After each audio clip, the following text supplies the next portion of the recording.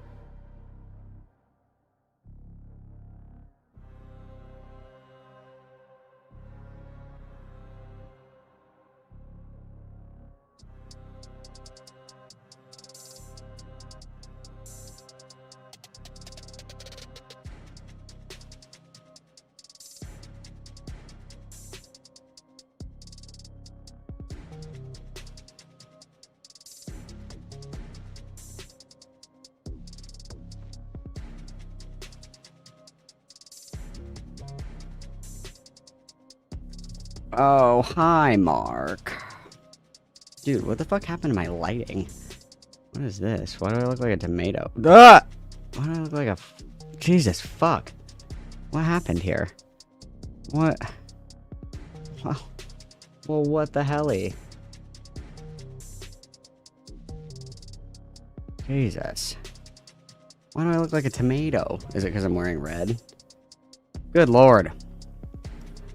What is up, guys? I've had a day, and I'm ready to make it everybody else's problem. Hell yeah.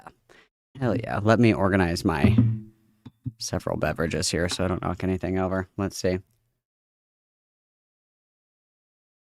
Let's see, guys. Lesser Older Tales is here. Shotgun Fox. Inky. Foreskin Quilt. Darkstorm. Starshine. Bard. Ren. Jules. Tabby. Rainbow. Doggy Unicorn. Gabby. Frick the Pirate. Tito. Cinder the Deer. Hermie the Frog. Gummy Sunny. Bylonic. And voicing Emu. Mary J. Sid. And... oh boy, who else we got in here, guys? Glenn is here. Yeehaw. What's up, Cuckcast? I don't want to say cuck because that feels really rude. Guys, Cuckcast is in the chat. I will be doing a segment out of this. I do have the raw audio file, but give Cuckcast lots of love, okay, for hosting delicious content last night. If you guys missed it, don't worry, we'll get to it. Thank you very much. I really appreciate your time last evening. I appreciate it greatly. Let's see. We got Owa, we got Ronan, Jaunty, Other Ren, High Key, Milky Way, Miss Jasmine, Liliana, Edgar Allan Ho, long time no see. Happy to see you, bud. I knew that I could lure you back with the Rose 10. I knew that I could do it. Scones and Jam is here. We have just Sile for the 2, Dinner Show Tax, hell yeah, and then Bard for the 5. Why are you talking to us in that tone of voice? It's because I'm a father. Everybody witness. Well, let's see. We have... who else we got in here? Adam the Fox. We've got Jerbear. I think I already said that, but I can't remember. Ben is here. We have Clockwork Clown, Berry Things 404. I see that I drug a lot of you guys back here kicking and screaming with the Rose tent, which is awesome. Hell yeah. Don't Smoke in Bed is here. Solaris is here.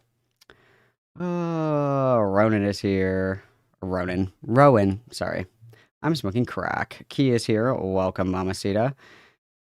Oh boy. And we got Dairy Rose, of course, and Dopamine. Of course, who could forget Dopamine? Who could forget Dopamine? DJ Sunny as well. Yeah.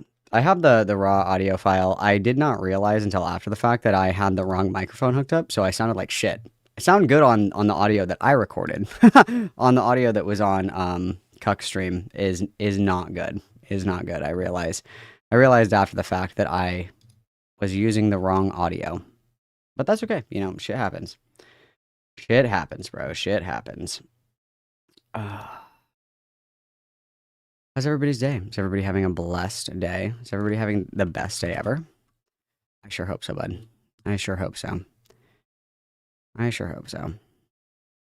It's been a week, and it's only Wednesday, guys. It's been a week, and it's only Wednesday.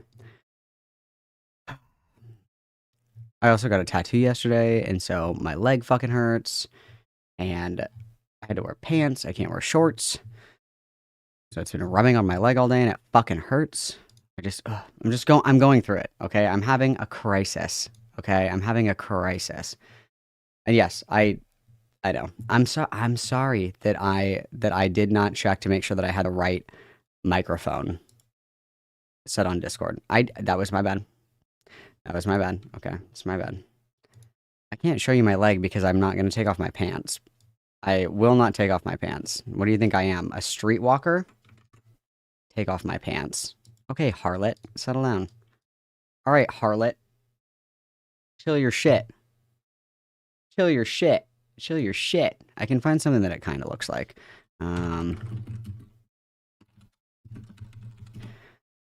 Oh, Glenn, excellent from last night. Love to see the return of our confrontational debate lord. Thank you very much, Glenn. Everybody witness.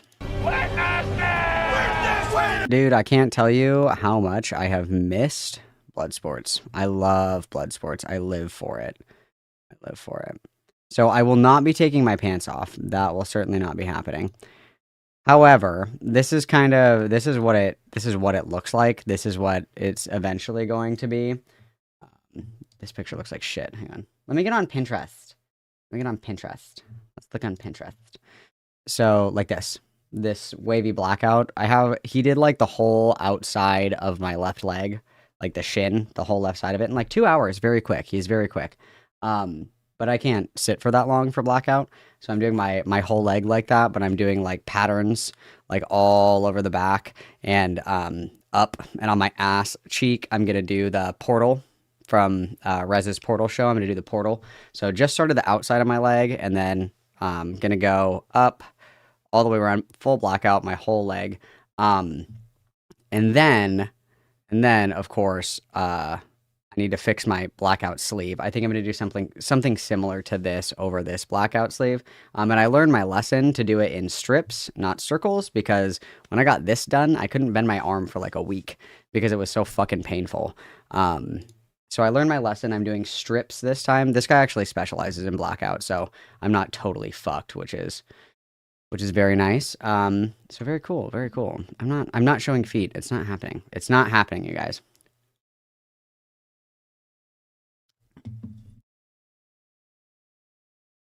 I think that Lio needs to stop humoring anything except for Jenny Craig or Weight Watchers, but I know, dude, the Gooners are out and loud. What the fuck? Ant has dog shit takes on Star Wars and questionable takes on horror movies as well. Yeah.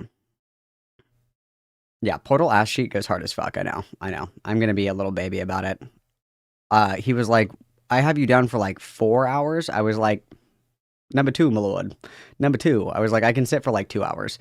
And he was like, we'll see. And after like 2 hours, he was like, okay, I'm gonna stop because I think you're gonna like jump out of the fucking chair. And I was like, yeah, I'm about to. What gave it away? What gave it away? He's like, stop fucking moving. I'm like, I can't. It hurts. And I knew this fucker was gonna start on my Achilles tendon too. And he did. And it felt real good. Real good. Mm-hmm. I do love blackouts. I do love blackouts. I wanted to do wood cutting over this, like right here, you can see. I had several people promise me that they could do wood cutting over black. They lied to me. They could not do wood cutting over black. I went to 4 different people and nobody could do it. So this guy is my last hope. Otherwise, I'm just going to black it out completely and start fresh. So that's how it is. That's the way it goes. Do love a good blackout. Yeah. Harlot streaming, guys. Harlot stream. Let's do it. Let's do it. Yeah. I'm horribly mean. I completely agree. Is the calf or the thigh more painful? Thigh. 100%. The most painful part is actually right here. So your elbow is right here. This is where all your nerve cluster is. So right here, I could feel this in every part of my body. Right here, I could feel it in my toes. I could feel it in my ankles. I could feel it in my neck. I could feel it in my ears. Right here is the worst because that's where the ditch is not bad. It's right here that's bad. The ditch didn't hurt and neither did my elbow, but like right here is where all your nerve clusters are and it fucking sucks, dude. Fucking sucks. Yeah.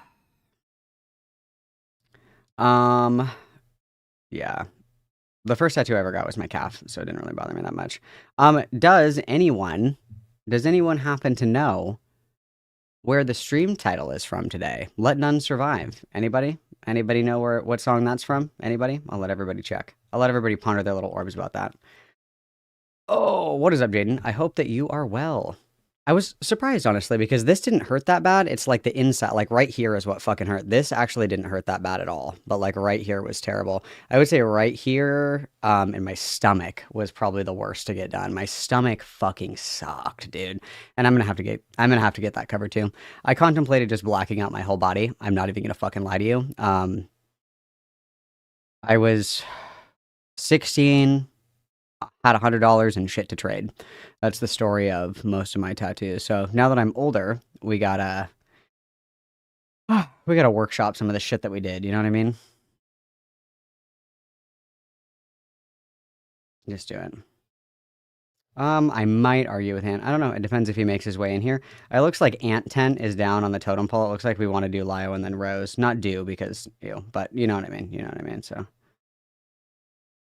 I'm not excited for the ditch of my knee. I've heard that that's quite terrible, but it'll be fine, guys. It will be fine.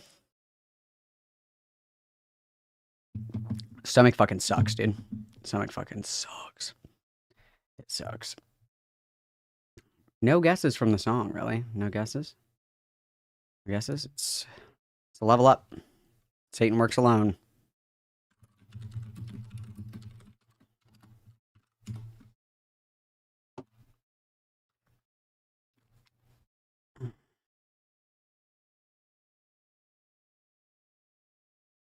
Let me try not to blow everybody's fucking eardrums out. I also fixed the VOD that got copyright struck because I showed like literally 1 second of fucking Hellraiser, so.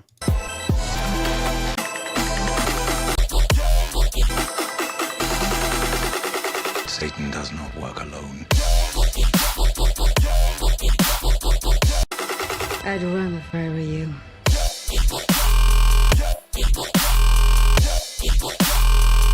No? Nobody? Nobody?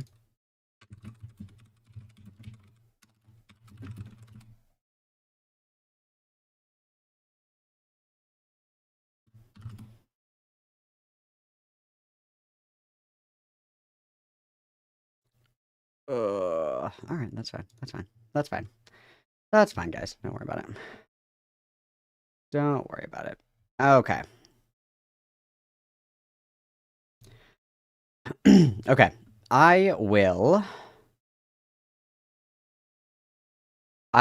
So we're gonna preface, okay? We're gonna preface. We'll start with Lioten. I see and I respect your wishes. I see and I respect your wishes, okay? We'll start with Lioten.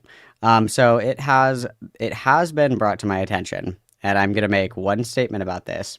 And this is a sweeping statement. This goes for chat. This goes for Discord. This goes for anything that I have any tangible impact on in moderation tools in any meaningful kind of way. The current quote-unquote drama that Lio Convoy is orbiting is that of literal fucking children. So we're not going to be talking about that. Okay. We're not going to bring undue attention to the situation. We're not going to, it's not content. It's none of that. Okay. This is literally like 16-year-olds fighting on the internet, and Lio Convoy is lying in wait to insert himself in literal children fighting on the internet.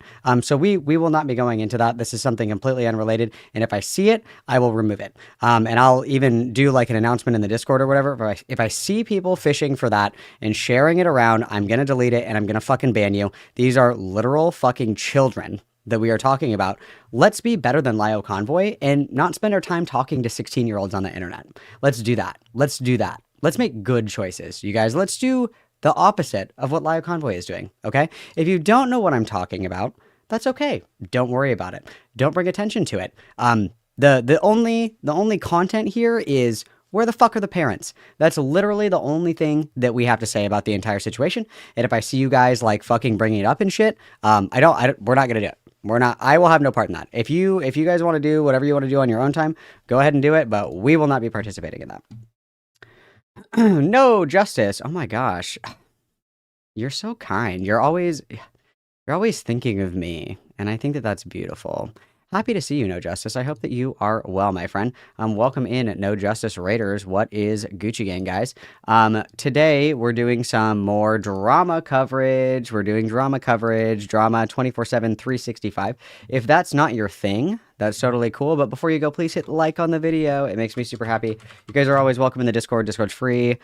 Super fun, super exciting. And also, did I mention free? And then also, if you don't like free things, you guys can always buy my merch as well, because it's fucking fire. Thank you again, No Justice. I hope that you are well, my queen. Okay. So with that said, this is the only thing we're gonna say about this, okay? The children that Lio Convoy is orbiting right now, like the small group of children that he is following around, like as a tuba plays in the background, going da da da da da da da da da. One of the kids, I guess, is like Christian, and Lio continually talks to this kid about Christianity. I don't know why. It's very odd. I don't know. Personally, I don't think that talking to 16-year-olds on the internet is cool. I think it's kind of fucking deranged, but that's just my opinion. It was brought to my attention that Lio Convoy is making a video about Ed and Lorraine Warren. And if you guys don't know who the fuck Ed and Lorraine Warren are, like they're the people from the Conjuring series. But they're based on real people, right? They're based on real people. And Ed and Lorraine Warren were real people. Ed Warren was the only Jesus Christ. Ed Warren was the only non church person that has ever been recognized by the Catholic Church and the diocese as a demonologist and an exorcist, or able to attend exorcisms. They have very high ranking, or had, rest in peace, monarchs. They had very high ranking in the Catholic Church, and they were consulted on many different investigations and things like that. And then obviously they're dramatized or whatever for theatrical effect. They investigated Amityville. They investigated the Edenfield haunting.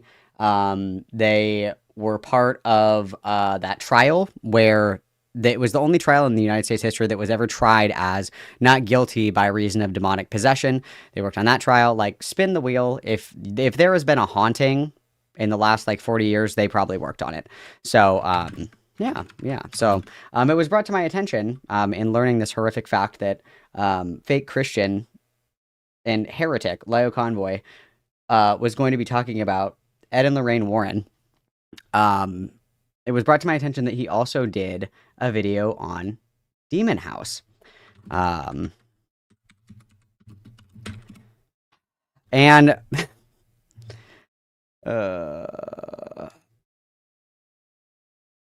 so okay, so where to begin, guys? So Demon House is about it's Zach Baggins. If you guys don't know who Zach Baggins is the Ghost Hunters guy.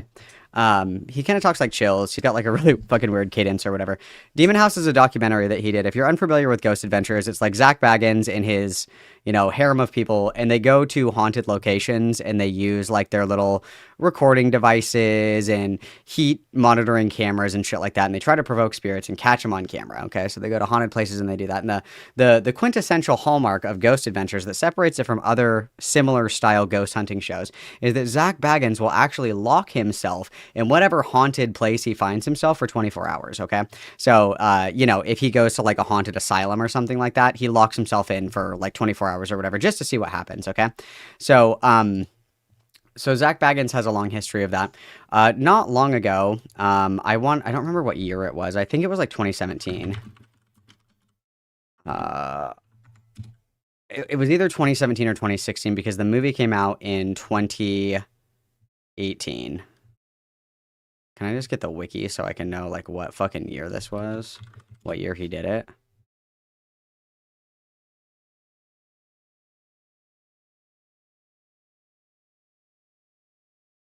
Oh, okay. So it doesn't say what year he fucking bought the house. That's so annoying.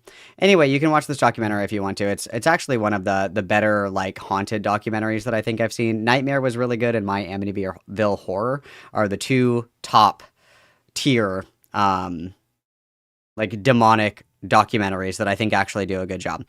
So Zach Baggins. So in 2014, there's a house in Gary, Indiana. If you know anything about Gary, Indiana, it's a shithole. Okay, like nobody lives there. It's quintessentially a ghost town. Really high rates of poverty, really low rates of literacy, really high rates of substance abuse and crime. Shit like that. Total shithole. Okay, it's like what you would imagine like a torn apart town looks like. It's because a lot of the industrial jobs got moved out of the area and the whole place just like fucking crashed. Okay, so very very low income people, very low income community. In I think it was 20. I want to say it was 2014. There was a family that moved into this house, and in the house they began reporting all kinds of supernatural phenomenon. They said that they were hearing voices, weird bumps in the night, shadow figures, smells of rotting meat, things like that. The typical things that you think of when you think of like your stereotypical like demonic infestation or whatever the fuck. Okay, so that's what was going on. The reason that this was so prolific was that people that like didn't have any interest in progressing the story of this house being haunted reported things happening when they were in the house.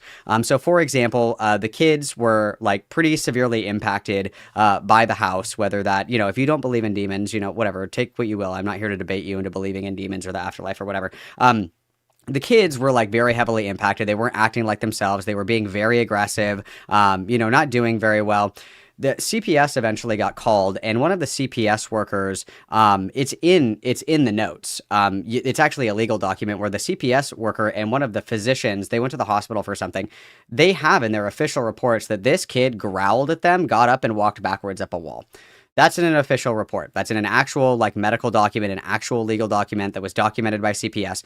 Again, believe whatever you want to believe, but it adds veracity to the idea that this wasn't like sensationalized or whatever the fuck. There was also a CPS investigator that came to the house and there was like shit on the blinds and she touched the blinds and she got Raynaud's in this hand like immediately after she touched the blinds. And then there was also a sheriff that routinely was called to the house for disturbances. They're believing that somebody's probably in the house, right? Like you hear somebody walking around in your house and you're like, holy fuck, somebody just broke in. You're not like demons. So they contacted the police pretty regularly. One of the sheriffs or the police officers said that he experienced several like unnatural things occurring in the house. The diocese actually approved an exorcism in one of the girls later in the film. But so Zach Baggins hears about this house. Zach Baggins buys this house and he wants to investigate it. He wants to see if this house is actually haunted. So Zach Baggins does his ghost hunter bullshit or whatever. The people that owned the house want nothing to do with him.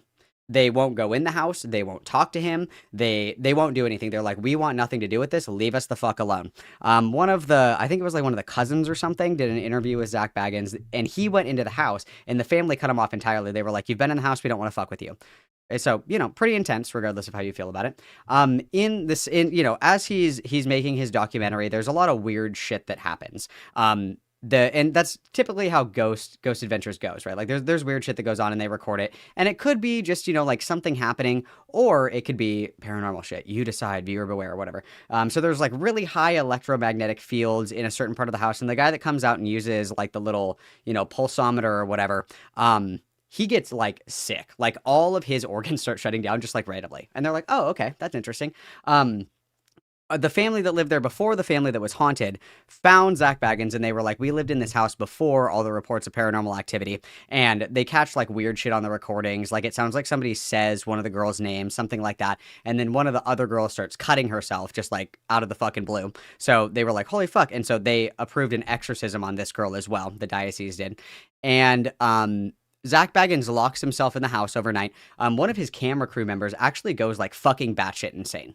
Actually goes fucking batshit insane. Like there's clips in the documentary where they're at the hotel and this guy's like freaking the fuck out. Like he's crashing out. Like he is not well. He's like, I don't know. He could be hamming it up. I don't know. Whatever. This guy crashes the fuck out. Whatever. Zach Baggins still goes through with locking himself in the house overnight, and everybody's like, "Don't do it," and he's like, "I have to find out the truth." And there's like a part where he's sitting in one of the rooms and all the lights are off. Of course, why wouldn't you turn your lights on? And he has like the camera in his hand, you know, and he sets the camera down on the bed, and so it's like kind of blurry, you know, when cameras are like out of focus, and you see something go like this. And so he gets up and he's like, what the fuck is going on? Oh, and he starts crashing the fuck out or whatever. And he starts getting this headache. And he turns on all the lights and he's like, my head is fucking killing me. And he calls the producer and they let him out of the house early. And he has like permanent optical nerve damage now. Whether, you know, it's because he was in the dark for too long, I don't know. Okay. But nonetheless, there's a lot that goes into like, the veracity of if you believe in this kind of shit, there's a lot that goes to the veracity of the claims or whatever, that it may be a haunted house, like maybe it's built on a portal or something. Nobody fucking knows, okay? So Zach Baggins destroys the house and he takes the stairs of the house, and the stairs are in his museum. He has a museum, like an occult museum in Las Vegas. You can go and see the stairs. And the reason the stairs are significant is because they believe that the people that previously occupied the house, like the basement is concrete. And the only place where concrete has not been poured is underneath the stairs. And so when they're digging underneath the stairs, they find like all kinds of random shit. They find like underwear, some hair, nails, like fingernails, like shit like that, like just kind of weird shit. So they believe that somebody was doing like witchcraft or some shit in the house. So he saves the stairs. And so that's the tale of Demon House. Okay, that's the tale of Demon House. And obviously controversial, of course. Many people believe in the existence of the demonic. Many people believe in the existence of, you know, demons, malignant spirits, things like that. And something that I find interesting, especially in the context of exorcisms, because believe it or not, I was this close to going to seminary school. Believe it or not, this close to going to seminary school. The Catholic Church still does exorcisms today. They're very difficult. They're very difficult to have done. And over the years, you know, they've changed the different regulations. There's rules to exorcisms now, like you have to have a physician a physician present for the exorcism. It has to be approved and monitored by like a priest or a deacon for a certain amount of time. It has to be done by people like specifically ordained by the church to do these kinds of things. They still do them today. And so as a Catholic, I love when evangelicals and Christians specifically talk about this kind of shit, because like my culture is not your costume. Okay, demonology is a Catholic practice. Okay, exorcisms are Catholic rituals. They're Catholic sacraments. So I thought, you know, that it'd be kind of fun to hear Lyle Combo talk about this. But yes, they are pregnant during the exorcism. Completely correct. They are pregnant during the exorcism. But nonetheless, I thought that this would be interesting. I have a deep fascination with the occult. I of course don't partake in the occult because I was raised correctly. But nonetheless, I find it to be incredibly interesting. The occult is very interesting to me. I think that the only two I think Demon House. I think I said Demon House. This one scared the shit out of me. It's just like a creepy, unsettling watch. Nightmare is another like supernatural kind of documentary. Really, really good. I wonder what that's on. It's called The Nightmare documentary.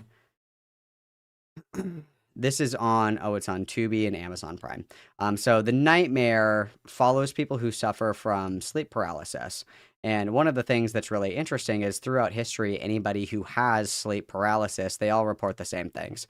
All throughout history, it's always a man in a hat with glowing red eyes. It's always a cat with glowing red eyes. These are like, continual themes in sleep paralysis that's been documented since, BCE. So the documentary follows a group of people that suffer from sleep paralysis and, kind of comparing and contrasting their stories. That shit freaked the fuck out of me. I didn't like that. That scared the shit out of me. And then the other one is My Amityville Horror. And that is about the Amityville house. The Lutz family was the family that was haunted or whatever the fuck. And not George Lutz. His name is Danny. Danny Lutz was the stepchild of what did I just say his name was? He was the stepson of the guy, of George Lutz. And he grows up, obviously, and his life is like fucked because he's like the little kid from the Amityville Horror. Like, how do you even know peace after that? So he does a documentary basically about his experiences in the house. Ed and Lorraine, or not Ed, Ed's dead at the time that they filmed this, but Lorraine Warren cameos in this. He was very close with Lorraine Warren when she was alive. Many of the people in, the paranormal community revere Ed and Lorraine Warren because they had such high standing in the church and they were so well respected in these circles, because it's incredibly hard to get in good, with the diocese if you yourself are not like, if you didn't go to seminary school. If you aren't like, an official member of the church and the church hierarchy, essentially, Catholics love their orthodoxy and their hierarchy. It's really hard to get in. So the fact that they were so revered by the church was something that was really prolific in their career. So anyway, pregnant ghost. This is our MPreg ghost. Yeah. So yeah. The other book that I'll recommend to everybody, because you guys know I love books, it's called The Demonologist. It's a biopic about Ed and Lorraine Warren's life. Very good book. Don't read it alone. Scared the shit out of myself. Don't do that. Scared me quite deeply. Okay, and then let's go ahead, you guys, and let's make sure that our Catholic on Catholic violence is on. We need that one on. Where is it? Yep. And then let's turn off the trans one. Okay, perfect. There we go. Excellent. Okay. Are you guys ready? Let's go.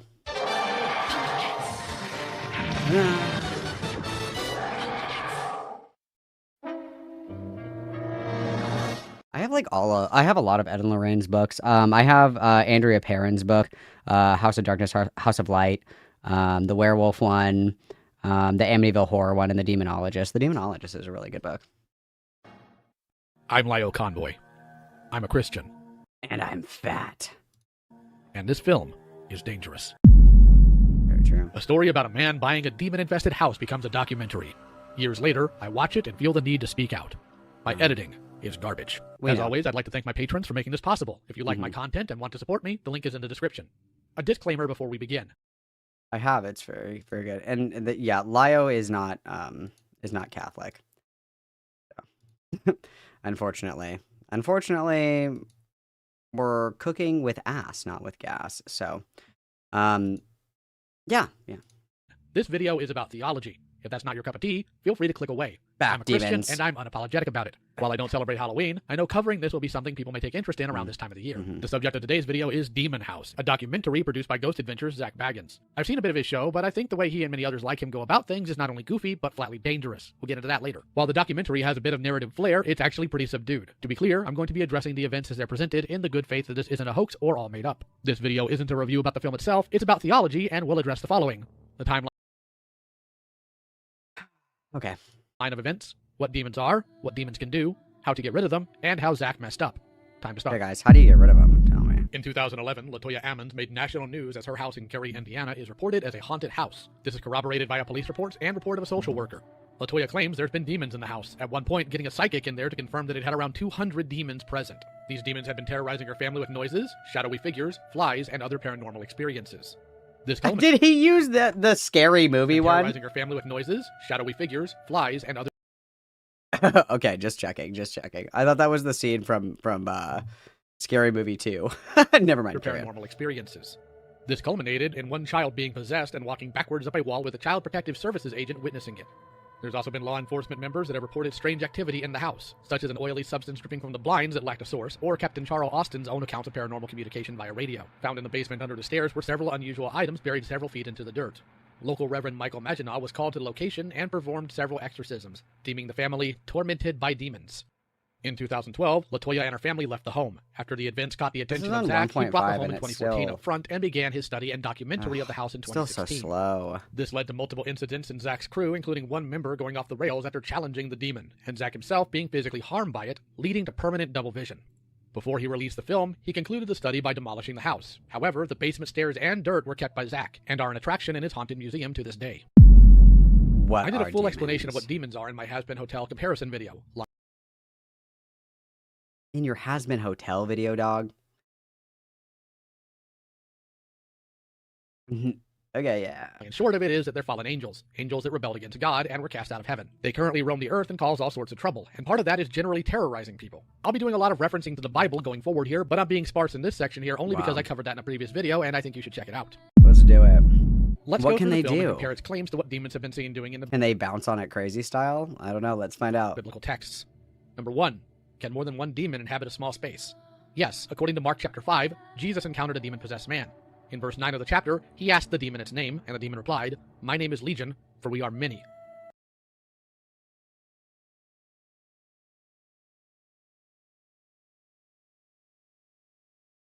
Yes, there is more than one demon. Yes, we are correct here. There is more than one demon. Yes, there's more than one of them. I agree. Yes, this is okay. Correct. Shortly after, Jesus cast the demons out of the man, and they fled into the bodies of pigs. Pigs that then rushed into a lake and drowned themselves. The number of those pigs? 2,000. So, Wow, that is a lot of bacon for baconators. If only Lyle Convoy was around for this. That's crazy. yes, many can absolutely occupy a small space. Number 2. Can demons produce odd visions and substances? Yes, in Revelation Are they gooey? 16:14, it talks about demons performing signs. You also had the demon-possessed girl in Acts 16 that was possessed by a spirit of divination. So these things aren't outside the scope of their power. 3. Can demons Wait, what was the question? Can demons do what? Oh, produce odd visions. Oh, okay. Oh, okay. Oh, okay. I think that we mean like hallucinations. I think that's what we mean. Divination isn't. Divination means many different things. Divination is like the act of, consulting the spirit realm in one way or another. Pendulum swinging is a form of divination. Scrying is a form of divination. Casting of lots is a form of divination. Reading tarot is a form of divination. Astrology is a form of divination. Divination is not producing visions. They specifically talk about how she can predict the future. She's like clairvoyant essentially, but okay. Yes, in Revelation 16:14, it talks about demons performing signs. You also Oh, I'm so sorry. I missed this. Oh no, Angel, Sausage Fingers McGriddle is still yapping. I completely agree. That's beautiful. Thank you very much for the membership. And then also, JJ, thank you. No. I also, if you pay attention here, we're using different Bibles for different passages, which I find odd, but whatever. Double witness, thank guys. also had the demon-possessed girl in Oh, if Ant is here after this, we can do Ant's video. Ha, let's bully Ant. He's here. Acts 16 that was possessed by a spirit of divination. So these things aren't outside the scope of their power. 3. Can demons physically harm you? Yes, they can. Mark chapter 9 makes this clear with a demon-possessed boy that had demons that would throw him into fire or water. Or even back in the previously mentioned scripture in Mark, it mentioned... Dude, the demons be throwing me buzzballs all the time. They're like, catch. I'm like, fuck. No, dude. Come on, drink it. You know you want to. Come on. ...the demon-possessed man cutting himself on rocks. Number 4. Can demons kill you? No, I don't believe they can, or at least... Obviously they can. If they killed the pigs, they can kill people. Right? I think that's pretty obvious, is it not? It's argued in theology whether or not Cain was possessed, whether or not Nero was possessed. Yes, demons can kill you, even by the understanding that, you know, the demons were forced into the pigs and then the pigs killed themselves. The pigs committed suicide. Yeah, demons can actually kill you according to scripture. They can. Yes, correct. They can. Okay, so that's a big L. That's a big L. Okay. Beast, not without direct permission from God himself. Job chapter 1 makes that pretty clear in general. Granted, Well, and I think the thing that's interesting about this can, chapter or at least not without particularly, or direct this permission from verse, God himself. is where we're talking about the idea that it's like the idea of like a bee on a string, that Satan doesn't have dominion over anything on earth. Satan only has the ability to tempt people that dwell in sin. And that, like, by giving people free will, they're still protected by God, but they're susceptible to demonic influence. So it's not necessarily that they need permission from God, it's that they inhabit people specifically that reject God. So that's kind of like a misinterpretation of that. Job chapter 1 makes that pretty clear in general.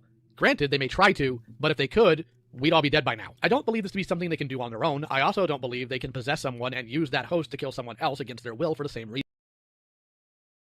That's literally the biblical story of Cain and Abel. That is literally what happened with Nero. Hello? What about Solomon? What the fuck? Reason. They can influence someone to do these things, but they can't make them. Number 5. Where do Oh, they... they can't that's true. The pigs were just influenced to commit mass suicide. True. Fuck Jonestown. We're going to Piggytown. Hell yeah. Well, anywhere generally. The Bible says that the devil walks to and fro on the earth, and that they seek places to rest. This is generally in reference to people, though, which is what I believe the intent of... Well, and there's so much theology that goes into this, because it depends on what... So the Catholic Church specifically rejects the Lesser Keys of Solomon as like a legitimate text. The Bible, however, or excuse me, the Catholic Church does agree with, you know, the select stories of the Bible that were left out, including that of Lilith, who was, you know, one of the earlier forms of like what would be a demon. So they don't really physically manifest. As far as scripture is concerned, they don't really physically manifest. I think that Lilith's bastard child is the only real physical manifestation that you ever see in scripture, or scripture adjacent writings, that constitutes like the physical manifestation of a demon. But the idea is that demons dwell in hell. That's where they were cast out to. Is that's where they live. They live in hell. They're everywhere, dude. They're in your brain. They're in your walls. No, they reside in hell. They reside in hell. Potting a house is to get to the occupants. Number 6. Why do they show up? According to the Bible, they're attracted to the sins of man. So they often enter the lives of people through sin, and this can be anything ranging from disobedience to occult practices. In the case of the demon house, the prevailing idea they showed... No, we're gonna have to do a little bit more legwork here, because like there are examples, like both within examples of documented examples of exorcisms and possession that has been archived by the Vatican, and then also scripturally as well, that there are people who are also targeted for their divine faith. If anybody is familiar at all, there was a movie that was made about it. It's not as what the fuck is the word that I'm trying to say? It's not like literally accurate, but I mean it captures the essence of it. The Exorcism of Emily Rose is about a German girl who was believed to be possessed, and it was argued that she was neglected by her family and by the church. And that case is actually why you have to have doctors present at exorcisms now, believe it or not. She was targeted specifically because of her faith. The ultimate act of, you know, dominion for the demonic entities, as far as like, you know, demonology is concerned, is corrupting a vessel of God. That is like what they're going for, okay? Because, you know, if it was true, like let's just say hypothetically that we're operating here that demons are real, okay? So everybody close your eyes. We're pretending demons are real for a second, okay? Even if you don't believe in them, whatever, we're pretending, okay? If demonic influence is invited and enticed by sinful activity, why is it that only people that are overzealous and sometimes even righteous in their own behavior, why are those people the ones that are being reported as possessed? Why aren't like every junkie ever on Skid Row? Why aren't they all possessed by demons? There is and again, the Lesser Keys of Solomon aren't necessarily considered like canon as far as the church is concerned, but it's like there is like structure and order in the demonic rankings in hell, the same way that there's structure and hierarchy in the Catholic Church. And this is, a very, very old practice. It's from like I don't know how to say it. It's Zoroastrianism. I can't pronounce it. It's Zoroastrianism, like this. No, that's not right. Zona. I can't say it. It's this. It's this. Whatever this is, I can't say that word. The idea of like hierarchical beings, it's like enticing, or it is something that is revered, within, biblical lore, that they prefer to corrupt the pure. That's kind of what they're going for there. Zoroastrian, whatever. I'm dyslexic. I'm dyslexic. Leave me alone. Leave me alone. I'm dyslexic. But anyway, this is like this is not like a new concept. And even Mesopotamians and the Egyptians and the Chinese specifically believed in, these hierarchical structures of hell, where it's like an army, basically, where there's rankings in hell. And that it's like considered like a holy war. That colloquially would be called jihad. Not colloquially. It feels wrong saying jihad, but it's a holy war. Okay, it's a holy war is the way that it's described. So they actually take great joy in corrupting God's purest little angels. That's actually a big part of it. Oh no, angel for the 5. Lio's demon influenced him to make the misinformed video, so the people will let their guards down and allow Satan to take over. Very true. Everybody beware. In watching this video, you could be possessed to gorge yourself into feederism. Very important. And then Scones Jam for the 5. Does he know the parable about the long spirit? I just about this comment. Everybody witness. Double witness. Thanks, guys. Witness! Double witness. Showed up due to a ritual in the basement. That certainly can attract them. The Bible is actually pretty clear here. Possession is dealt with by casting the demon out in the name of Jesus. We see this in... Wrong. Demons are cast out strictly with an exorcism, which is a Catholic sacrament, okay? You have to do specific prayers and specific orders and do specific little rituals to get rid of them. Your average Joe is not going to be able to excise a demon, unfortunately. That's why it has to be approved by the church. And there's only specific people that are authorized to do exorcisms, and there's a reason that only people that are baptized as Catholic can be excised. It's because it's we're a tight-knit community, you guys. We really keep it locked down, okay? Scripture. However, Jesus made it clear in some cases prayer and fasting is needed. The biggest point, though, is the Spirit of God and the authority of Christ. If you don't have these, you will run into trouble. It's what happened to Zach, but there's also a biblical account as well, the 7 sons of Sceva. In Acts, they attempted to cast out a demon with the phrase, "In the name of the Jesus who Paul preaches, I command you to come out."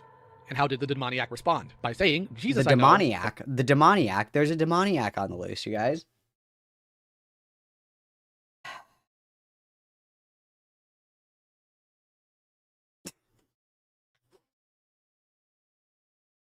This is quite literally why there's orthodox and hierarchy. That's quite literally. I agree. There is a demon inside of Lio Convoy, and he needs to fast. I completely agree. And Paul I know about, but who are you? And then beat them senseless and ran them into the streets naked. The mistake they made was not knowing Christ truly and trying to use his name as some sort of invocation. And they paid for it. And you can still see the same thing, like, even now. Like I said, they still do exorcism. Exorcisms are like right fucking now. They're probably doing like 4 of them right now. You wouldn't even know. The problem specifically is the idea that, like, without proper training and without like a proper hierarchical relationship with God, the demon's just gonna be like, suck on that. You know, it's the idea of hierarchy, which is something that, American Protestants and evangelicals, they just don't understand. They don't respect the Orthodox, they don't respect the hierarchy. It's just, you guys get what you get, okay? There's a reason that you guys get, like, mega churches, and we get little vials of the blood of Christ and, like, saints' teeth and shit like that. It's because you guys fucking suck. I don't know how you can hate from outside of the club. You can't even get in, okay? Write that one down. Write that one down. And then we got JJ for the 2. Help. I just ordered DoorDash. Oh my god, the demons are taking over. Dude, I need a McQuad right now. Fuck. Thank you, JJ. Everybody witness. I just... he's an evangelicalist. I can't... an evangelist? I can't say half of these words because I have painful dyslexia. He's not a Trinitarian. So I don't even know. I guess he's just like generic like Christian, which is unhelpful because that could mean a lot of different things. In my opinion, any like Christian sect that rejects the Trinity is not Christian. You just are like cheating. What do you mean you don't agree with the Trinity? The Father, the Son, and the Holy Spirit. Did you actually read the book? That's crazy, bro. Unfortunately, I think that's the issue for Zach, too. Most people know who this man is. His show has been a hit for several years now, and he's gotten himself much acclaim. However, it seems that fame has brought him some dangerous hubris. The problem with looking for the paranormal is that when it's covering the topic of demons or ghosts, it's going outside the realm and purpose God had instructed, and we'll go through all of that soon. Zach buying the house was fine. Granted, I still think $30K is too steep for that shack, but I'm not the millionaire here. The problem is with how he looks into these things. Because Zach believes in the spirits of people lingering after death, he communicates using a spirit box in order to speak to them. And don't mistake the name as some form of high technology. It's still a form of necromancy, or attempted communication with the dead, something the Bible states God is directly against. That's true. You're not supposed to consult with spirits. Yes, correct. No Ouija boards, no tarot cards, no spirit boxes. None of that. Okay, none of that. Cypher the 5, it's okay. The rest of them also say Catholics aren't Christian.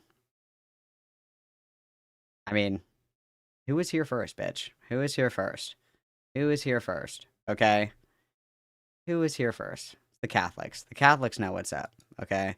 If you can't get down with the Jesuits, all right, there's no hope for you. There's no hope for you. There's no order. There's no orthodox. There's no tradition. You just want to do whatever you want to do. Just say it. Thanks for the 5, everybody. Witness. I know. Like, I just want you to think, like, Christian evangelical churches are in, like, old Kmarts. What are Catholic churches? What are those? They're the most beautifully ordained, just monumental structures that took centuries to build because we think that God deserves a little bit more than an old blockbuster. I'm just saying, proof's in the pudding, okay? Proof's in the pudding, all right? He also tries to have long conversations when he knows he's dealing with demons. The only person in the Bible that has asked any questions to a demon was Jesus, and that was to demonstrate to everyone part of their nature. You're supposed to just identify that you're dealing with a demon through discernment, then cast it out. Despite the nonsense spread by others, no one... Yeah, normal people can't cast out a fucking demon. Better chance against them. And yes, I'm flatly saying what the Warrens taught was nonsense. We'll talk about them in another video, though. You just cast... Well, no, because the idea is that familiarity with, like, whatever is, you know, whatever demon is present or whatever, it shows that you have authority within the church and that you have high ranking as well. Because, you know, your Joe Schmo is going to be like, "Be gone, demon," and they're like, "Ha ha ha ha." You say, "Hey, Beelzebub," and he's like, "Oh, fuck." It's like when your mom uses your full name. You're like, "Oh, fuck. We are so fucked, bro." You know what I mean? It's Dominion. It's Dominion. It's canon, bro. It's canon. Card for the 5, if the ruins of your worship spaces are not fight for a Dark Souls boss fight, you are not a religion. Very true. Everybody witness. Thank you, thank you. Witness, witness. No, for real, dude. If you guys don't have, like, the teeth of saints, every Catholic that I know has a relic. Okay? I have a shard of St. Anthony's bones. Okay? We all got them. Every altar in every parish that you ever go to has a relic sealed in the altar, okay? Like, if you're not Catholic, what the fuck are you doing? What are you doing? We get wafers, we get wine, a little snack, a little bev, okay? Metal as fuck. They literally have, like, the skulls still in the Vatican of all the old popes and shit. Like, it's fucking metal. It's metal. You just can't beat it. You just can't beat it. You just can't beat Catholic showmanship. You can't do it. Cast them out. A good analogy for this is actually an encounter I had with a neighbor years ago. As a kid, we had a next-door neighbor named Ken. He one time told me about mowing his lawn and looking down to see a snake coiled around his leg, which he quickly dispatched. And me, being a child that's fond of animals, a trait that continues to this day, asked him rather incredulously if he knew it was a venomous snake or not. His response? I didn't have time to check his ID, boy. I just knew he needed to be gone. And that's the exact mentality you have to have Cool.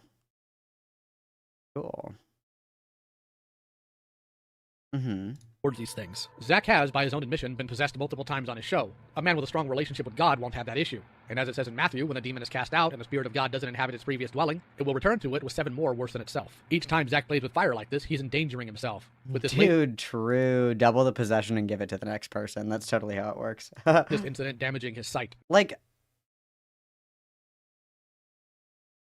there's literally like a manual on how to do this.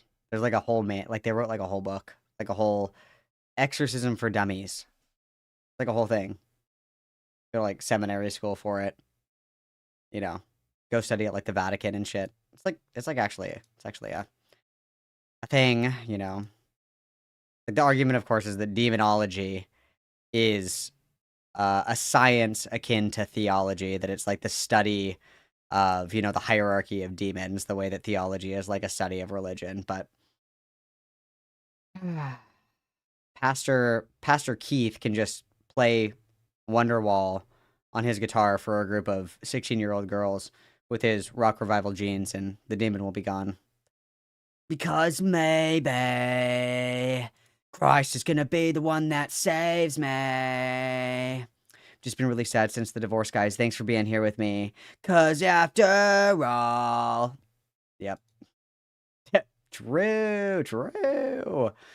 Casper, thank you very much for the 2. Lio is the vessel of gluttony. Lio is the biblical greed that they warn you about. Everybody witness, please. It's true. If you play Wonderwall by Oasis, the demons will be like, oh my god, really? And then they'll like leave. They're like, oh fuck, not this again. They also really hate, I think I saw you in my sleep, darling. They're like, oh fuck, we gotta get out of here. They're gonna start hitting the Midwest emo shuffle. We gotta go, guys. Wrap it up. Get your shit. Let's go. Added on this is the fact that Zach and his crew provoke these things deliberately, like getting a demon costume to film footage in the house, emulating. Well, yeah, bro. The whole point is that they're trying to get the demons to come out. Yes, hello. They're trying to like prove the paranormal. They're trying to prove the existence of the paranormal. If you could even like quantifiably prove that, that's what they're doing. Yes. It's kind of like how your wife cancels Uber One every couple of months just to see if you're still cognizantly with it, where you're like, why is my McDouble 50 cents more? Honey! You're provoking it. You know what I mean? You're provoking it. It's like a whole thing. It's a thing. In the form of a demon used to show itself to Zach is a good way to piss it off. Also, a bit off topic, but can you imagine being at this hotel when they were shooting this scene? Just hopping off the elevator and seeing this? I know what my reaction would have been. That'd be awesome. Zach willfully locking himself in. And then Lyle would go like this. Because we all know that's all he can do with a gun. He has like a child-proof safe at his house for the guns, because anytime that something doesn't go his way, he threatens to kill himself. It's awesome. That house and challenging the demon was just plain dumb. The heck were you thinking, boy? One of the biggest problems. Using Tactical Templars religious takes. I don't think I'm familiar with that person. Maybe I'll give it a look. Thanks for the 2. Everybody witness. Though, is that he endangers every single person that he brought into this. From Barry Taft, whose organs shut down, to his crew member Adam that had a mental break after dealing with the demon, all the way. Adam also was doing meth at this time as well. Just something to like factor into his erratic behavior. He also really liked meth. So that could certainly be part of it. I hear that a lot of people that like meth do believe that their house is haunted. I have heard these things before, yes. Way to you. Wow. What do I mean by that, you guys. Well, let's look at the beginning and ending of the film. He claims it's cursed and that it could invite things into your home. Be careful, this is bro. Zach speaking on behalf of an entity he has no authority or control over. Ephesians says to give no place to the devil, and Zach did exactly that. Granted, this demon can't be everywhere at once, but the point stands. His bad decisions don't end there, though. I mentioned earlier what he did with those stairs. He runs a haunted museum that houses items from all sorts of spiritual encounters. Items and relics that have given place to the devil that he charges people to come see. I want to explain why this is dangerous. Get and that this, bag. like the rest of the video, will be from a Christian view, and I don't apologize for it. Do you really think demons are bound to simple objects? That once they enter... This has been, like, this has existed in, like, every religious practice in the history of the world, is binding bad spirits to like totems or items to contain them. This is like a whole religious practice. In China, they would use like scrolls and burn them to, increase their power. All of the hieroglyphics that you see all over the inside of the pyramids and all the shit that people were buried with, those are spells and incantations meant to help them fight the spirits in the other life or whatever the fuck. Like, people have believed long before Christianity, even before, the age of Christ, that you could use not only objects, but also spells and incantations to bind spirits, one, and two, like, fight them. That's been around longer than Christianity has. And even in, in like Orthodox understandings and Catholic understandings of demonology and shit like that, they can be bound to certain things. What some of the things that people will do is they will actually line certain areas that are believed to be possessed by bad spirits. They'll line them with pages from the Bible. That's why when you move into a new house, the house gets blessed. There's a reason that you put your St. Anthony upside down in the lawn every time that you move, because it wards off evil spirits. Like the idea that obviously, if you believe in all this shit, if you don't believe in it, this all sounds like nonsense to you anyway. But to pretend that even from a Christian perspective, that there is no binding of an evil spirit to a certain object is completely untrue. Why are Ouija boards so dangerous? Why is divination itself dangerous? Because the tools that you use to practice divination are transmitters. That's like the whole purpose. They're conduits. That's the whole purpose. Interact with or are around them, that they can't leave them. Dybbuk boxes aren't real. Fun fact. Don't bring up Dybbuk boxes. Fun fact. Dybbuk boxes are not real. Dybbuk boxes were made up by the guy that wanted to do the movie The Possession. They were made up. He started selling them on eBay as a joke. They're not real. Dybbuk boxes are not real. They are not real. Do you really think a supernatural force is scared of things like a mineral we use to season food with? Truth is, they come and go as they please. Do you think that supernatural forces are scared of some words that you string together in a specific order? What if your native language isn't English, and so you don't say Christ? What then? It just doesn't... The demon only speaks English.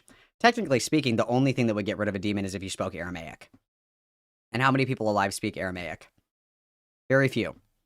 Even Latin, arguably, is not the language of the demonic, right? If it's from early biblical times, pre-Tower of Babel, it's Aramaic, is what they would be speaking.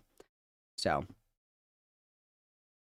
I guess, the salt and the crucifix mean nothing. If they're so powerful and so supreme that they can't be contained or anything like that, why use a crucifix? Why use holy water? Why bless a house? Why do the sign of the cross with holy water when you enter a church? I don't know if evangelicals do that. Catholics do that. Like, what if the demon that is possessing you actually speaks Chinese and you don't know the Chinese word for Jesus? You're fucked, is what I'm hearing. That's what I'm hearing. Please. This could be why not every family that inhabited that house had demonic encounters. A demon could easily follow anyone home from that museum, and there's nothing save the grace of God Almighty that could stop them. Well, if they're not confined within the objects themselves, so he said that there's no way that the demons could be confined within an object, and then he said it's dangerous to go and see the object because the demon in the object could follow you home.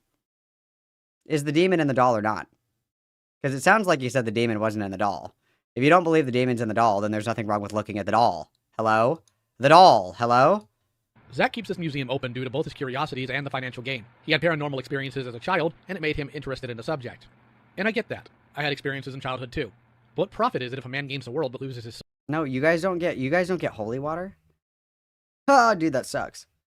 That sucks. Holy water's awesome. It's always a really nice fountain too. Usually marble. Really fancy. Continually flowing water. Lovely. Lovely stuff. Lovely stuff, you guys. Lovely stuff. Soul. Zach, if you ever listen to this, I recommend you seek your own salvation with fear and trembling. Zach Baggins, if you ever watch my 1.6K view YouTube video, this is for you. If you're not Zach Baggins, keep scrolling. As we all should. When it comes to the paranormal, it's simply better to understand what these creatures are and that we already know how to deal with them. You guys don't do the Stations of the Cross either? Well, I know you guys don't do the rosary. Wait, do you guys know the Lord's Prayer? Do you guys do the Lord's Prayer? Do you even know what it is?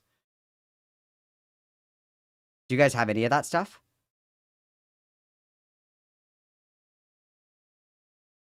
Just fluorescent lights. Wait, do you guys actually do the Lord's Prayer?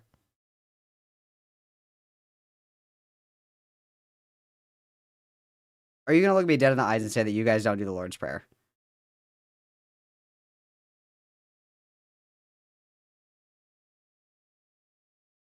They don't do the Lord's Prayer either? Oh my god, you guys are totally going to hell. You guys are fucked. It was, oddly enough, best set in a Batman movie. No earthly medicine can cure a supernatural affliction. We, Dude, demons are so scared of Batman. True. as a community, should stop trying to look for the devil, and instead seek after God. As the Bible says in Amen, Ephesians, brother. finally, my brethren, be strong in the Lord and in the power of his might. Put on the whole armor of God, that ye may be. Why do we have a Templar Knight? What are we gonna end this with?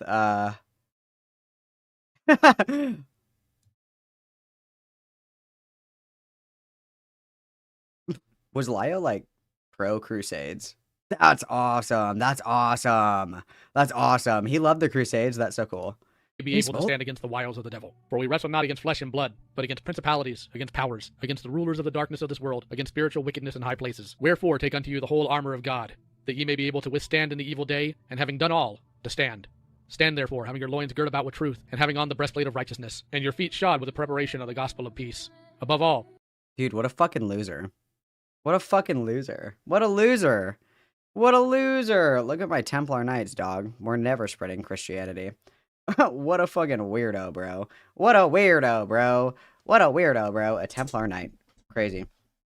Also, I think it's crazy as well that you guys, like, Catholicism is truly a religion for the ladies as well. Catholics worship Mother Mary, you guys. Like, Hail Mary? Anybody? Hello? Like, obviously, Catholicism is like the wokest of the woke, okay? We got gay people, we got trans people, we have women, we have black people, we have Asian people, okay? The Catholicism only discriminates based on whether or not you were baptized Catholic. That's it. That's it. Okay? Everybody is one in Christ, okay? Everybody is one in the house of the Lord, all right? I don't want to hear it. I don't want to hear it from all these fucking people. Oh, Mary. Excuse you, that's Mother Mary? Watch your tone when you speak about my queen. Watch your tone when you speak about my queen, okay? You guys don't have your dedicated prayers to Mother, the person who literally birthed our Lord and Savior. You guys don't say Hail Mary to respect her? Really? That's crazy, bro. That's crazy, bro. That's crazy, bro.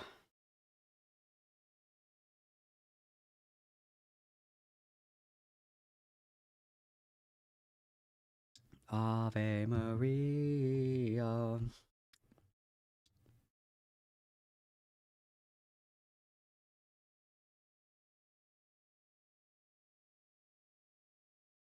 From Catholicism to Mormonism, how much do you hate women? Excellent scale. I love that. I love that. Yeah, dude. Holy Mary, Mother of God, pray for us sinners now at the hour of our death. Amen. Anyone? When you say the rosary, you say a lot of Hail Marys in there. There's a lot of Hail Marys there. Okay? There's a lot of them. Mary Magdalene, also another famous Mary that everybody loves. When you think Catholics, who comes to mind? Mother Teresa, maybe? Mother? A woman? A woman? A woman? Joan of Arc? Hello? Like, we have the baddest bitches. We have the baddest bitches. You guys have Joseph Smith. Wow, very cool. He's a pilgrim. Oh, wow, so fun. Okay, fuck you. Where's your Joan of Arc? You don't have one. You don't have one. Losers. Losers. Losers. I don't hear it. Dude, true. Put respect on Mary's name. I completely agree. Thank you. Oh no, Angel 4, the 5. Everybody witness, please. Name a woman. Name a woman. Dude, true. You guys don't have any women. You guys hate women. Mother Teresa is a saint. Mother Teresa is a saint. A pinnacle of godliness. A pinnacle of godliness. She was a bad bitch. We love her. No, Joseph Smith literally was like, I found this book in the woods, but nobody else can read it but me. That's super weird. But anyway, there's a whole bunch of new rules. No, you can't read it, so I'm not going to show it to you, but I'll tell you what they are, and then we're going to follow those rules, okay? The book says that I can have as many wives as I want. Yeah, that's what the book says. Yeah, it's what I'm reading it correctly. It says I can have as many wives as I want. True. Yeah, it also says, that I can, in fact, own all of my wives in the afterlife, and that I get my own galaxy in the afterlife. Like, I get my own planet and shit. No, it says it. I swear. Dude, I'm not even crossing my fingers. I'm totally telling the truth. I'm so for real right now. I swear. Like, I'm not even kidding. It does say that, dude. It also says your mom is gay. It says it right here. That's crazy. Oh, that's so funny. Oh. Evangelicals just out here speedrunning their descent to hell. I know. No Hail Marys, no Our Fathers, no Stations of the Cross, no Rosary, no confession. You guys are fucked. You guys are fucked. Have fun in hell. Have fun in hell. Have fun in hell. No, you totally have to believe me. He totally said I could have as many wives as I want. You love women. Name every woman. Double witness, guys. Thank you so much. Name a woman. Miss for $1. Name a woman. Name a woman.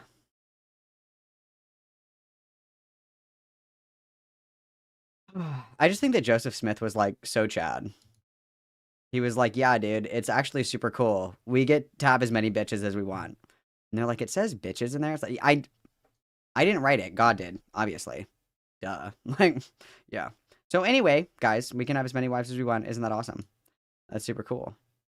That's super cool. Yeah. Pretty awesome. Pretty awesome. I love the ridiculousness of Mormonism. It's just so silly to me. When was Jesus in America? Like, how did the third book in the trilogy get lost in like fucking Ohio? When was Jesus in Ohio? And like, did he just drop it and then forget that he like left it there? Like, did he leave it there on purpose? Why didn't he come back and get it? Why did he not clarify? I got a lot of questions. I got a lot of questions about like, what the fuck? And then also, how dumb are the people that were like, no, Joseph, that actually sounds super legit. I completely believe that you found the hidden anthology series of what Jesus actually wanted to say. That's crazy that you found that. That's so weird. In Ohio, of all places. So weird. So odd. So odd. I get one free planet.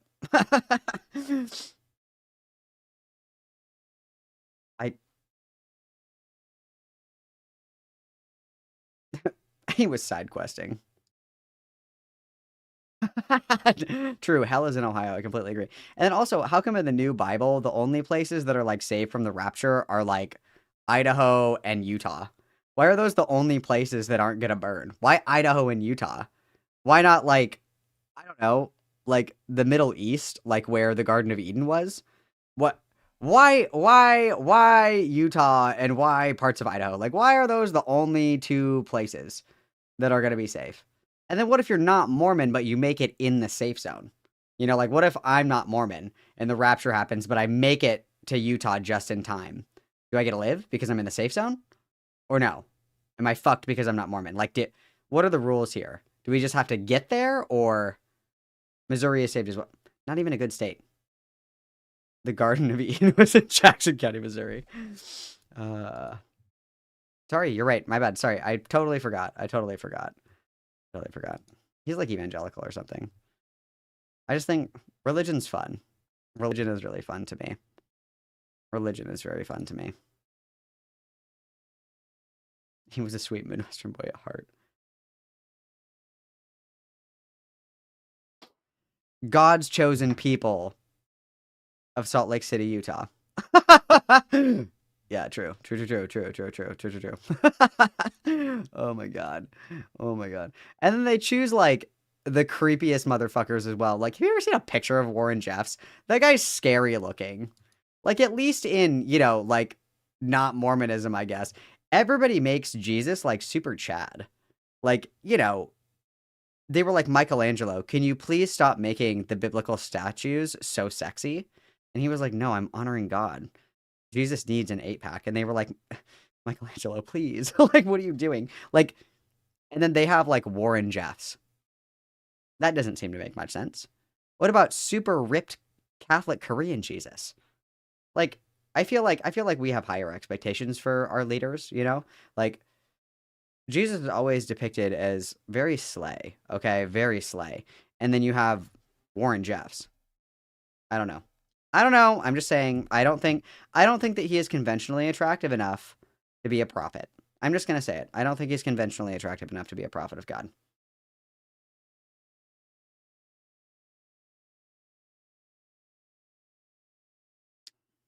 That is okay, Rigby. Michelangelo, please stop making Jesus so hot. You've never seen the ripped Catholic Jesus statue? Ripped Korean Jesus statue. You've never seen that? It's like Jesus with like it's like jacked Jesus. Like, this is crazy. Hang on, let me get like a picture.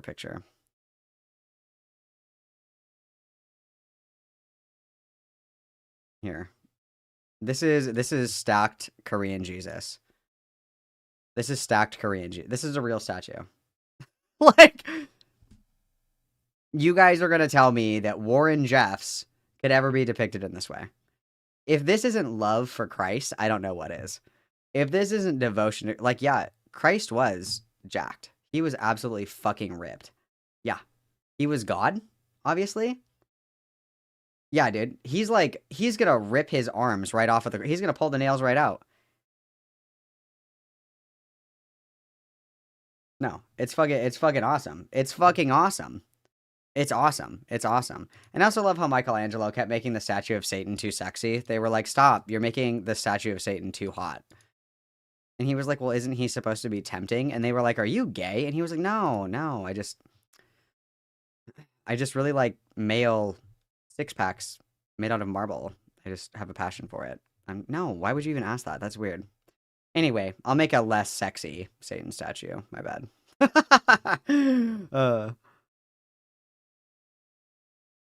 Yeah, Jesus had like a 24-pack. It's true. That's true. No, dude, it's true. He was doing manual labor. You know, he was just absolutely fucking shredded. Carpentry is very involved, okay? Carpentry is a very involved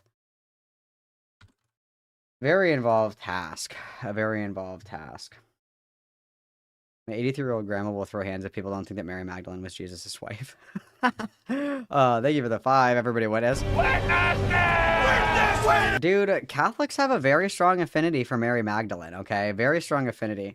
So not only are relics that are believed to be manifestations of, like, Christ, so there's a lot of these, the most, like, I guess, like, not schizophrenic one was when one of the statues was weeping blood, but it was like most likely just like water and rust, and so it looked like blood, and everybody's like, oh my god, Jesus is trying to communicate with us. The more deranged schizophrenic version of this is like when people see like Jesus in their toast. Catholics see Mary Magdalene everywhere. You see like a cloud and they're like, Mary Magdalene is with us, and you're like, that looks like a UFO, and they're like, that's her, I know it. Catholics love Mary Magdalene. They're like, she's the goat. She's the best.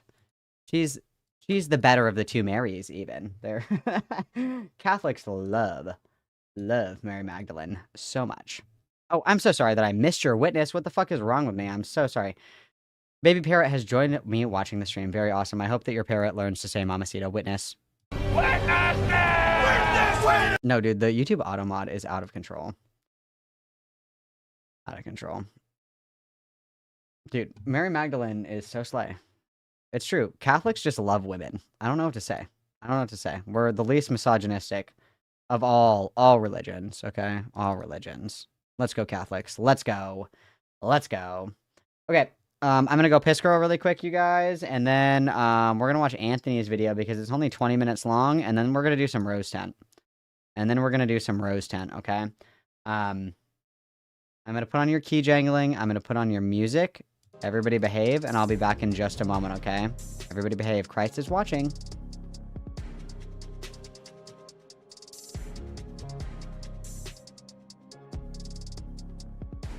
we ride, no fear is up. State of mind, we breaking.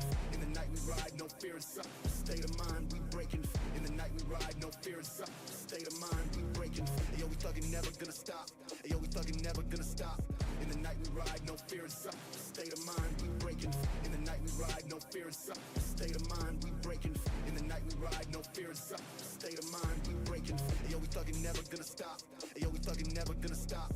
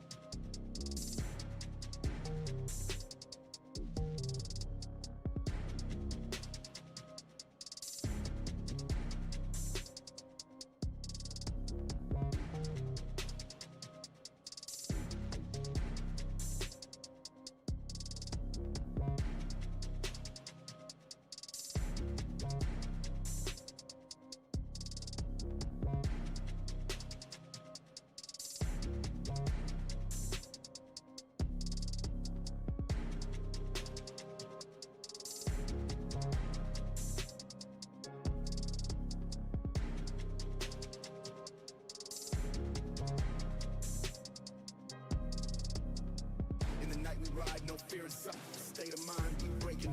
In the night we ride, no fear is up, state of mind, we breaking. In the night we ride, no fear is up, state of mind, we breaking. Yo, we thuggin', never gonna stop. Yo, we thuggin', never gonna stop.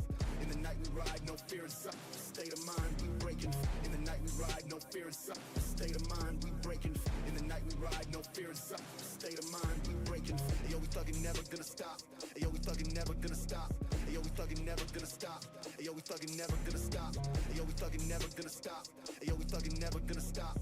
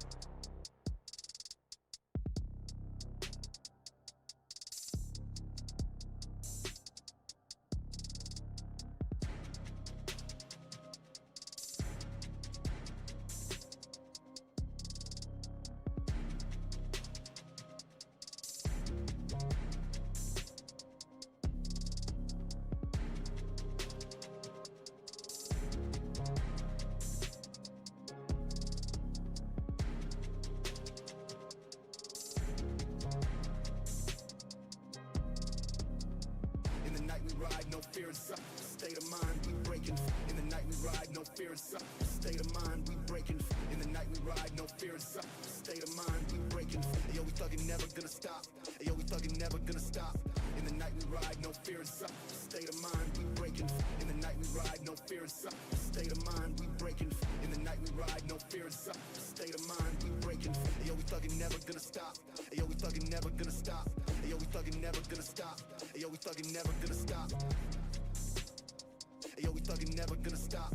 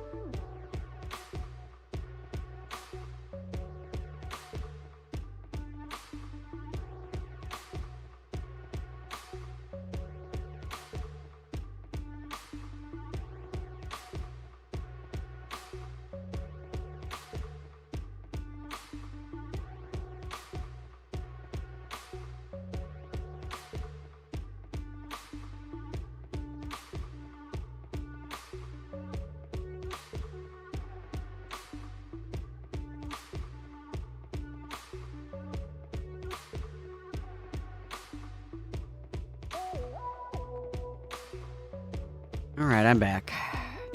I am back. You didn't even know that I was gone, did you? Didn't even know that I was gone, did you? Didn't even know. You didn't even know. You didn't even know.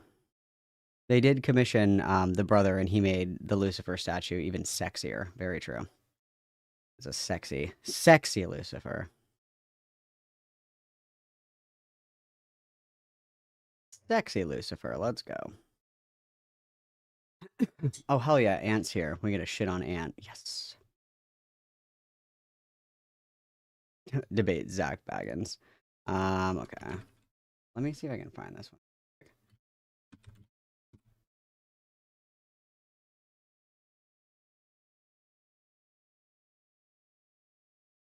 No, never mind. I know which one I want to do. What's up, Billy? How are you, bud? Oh.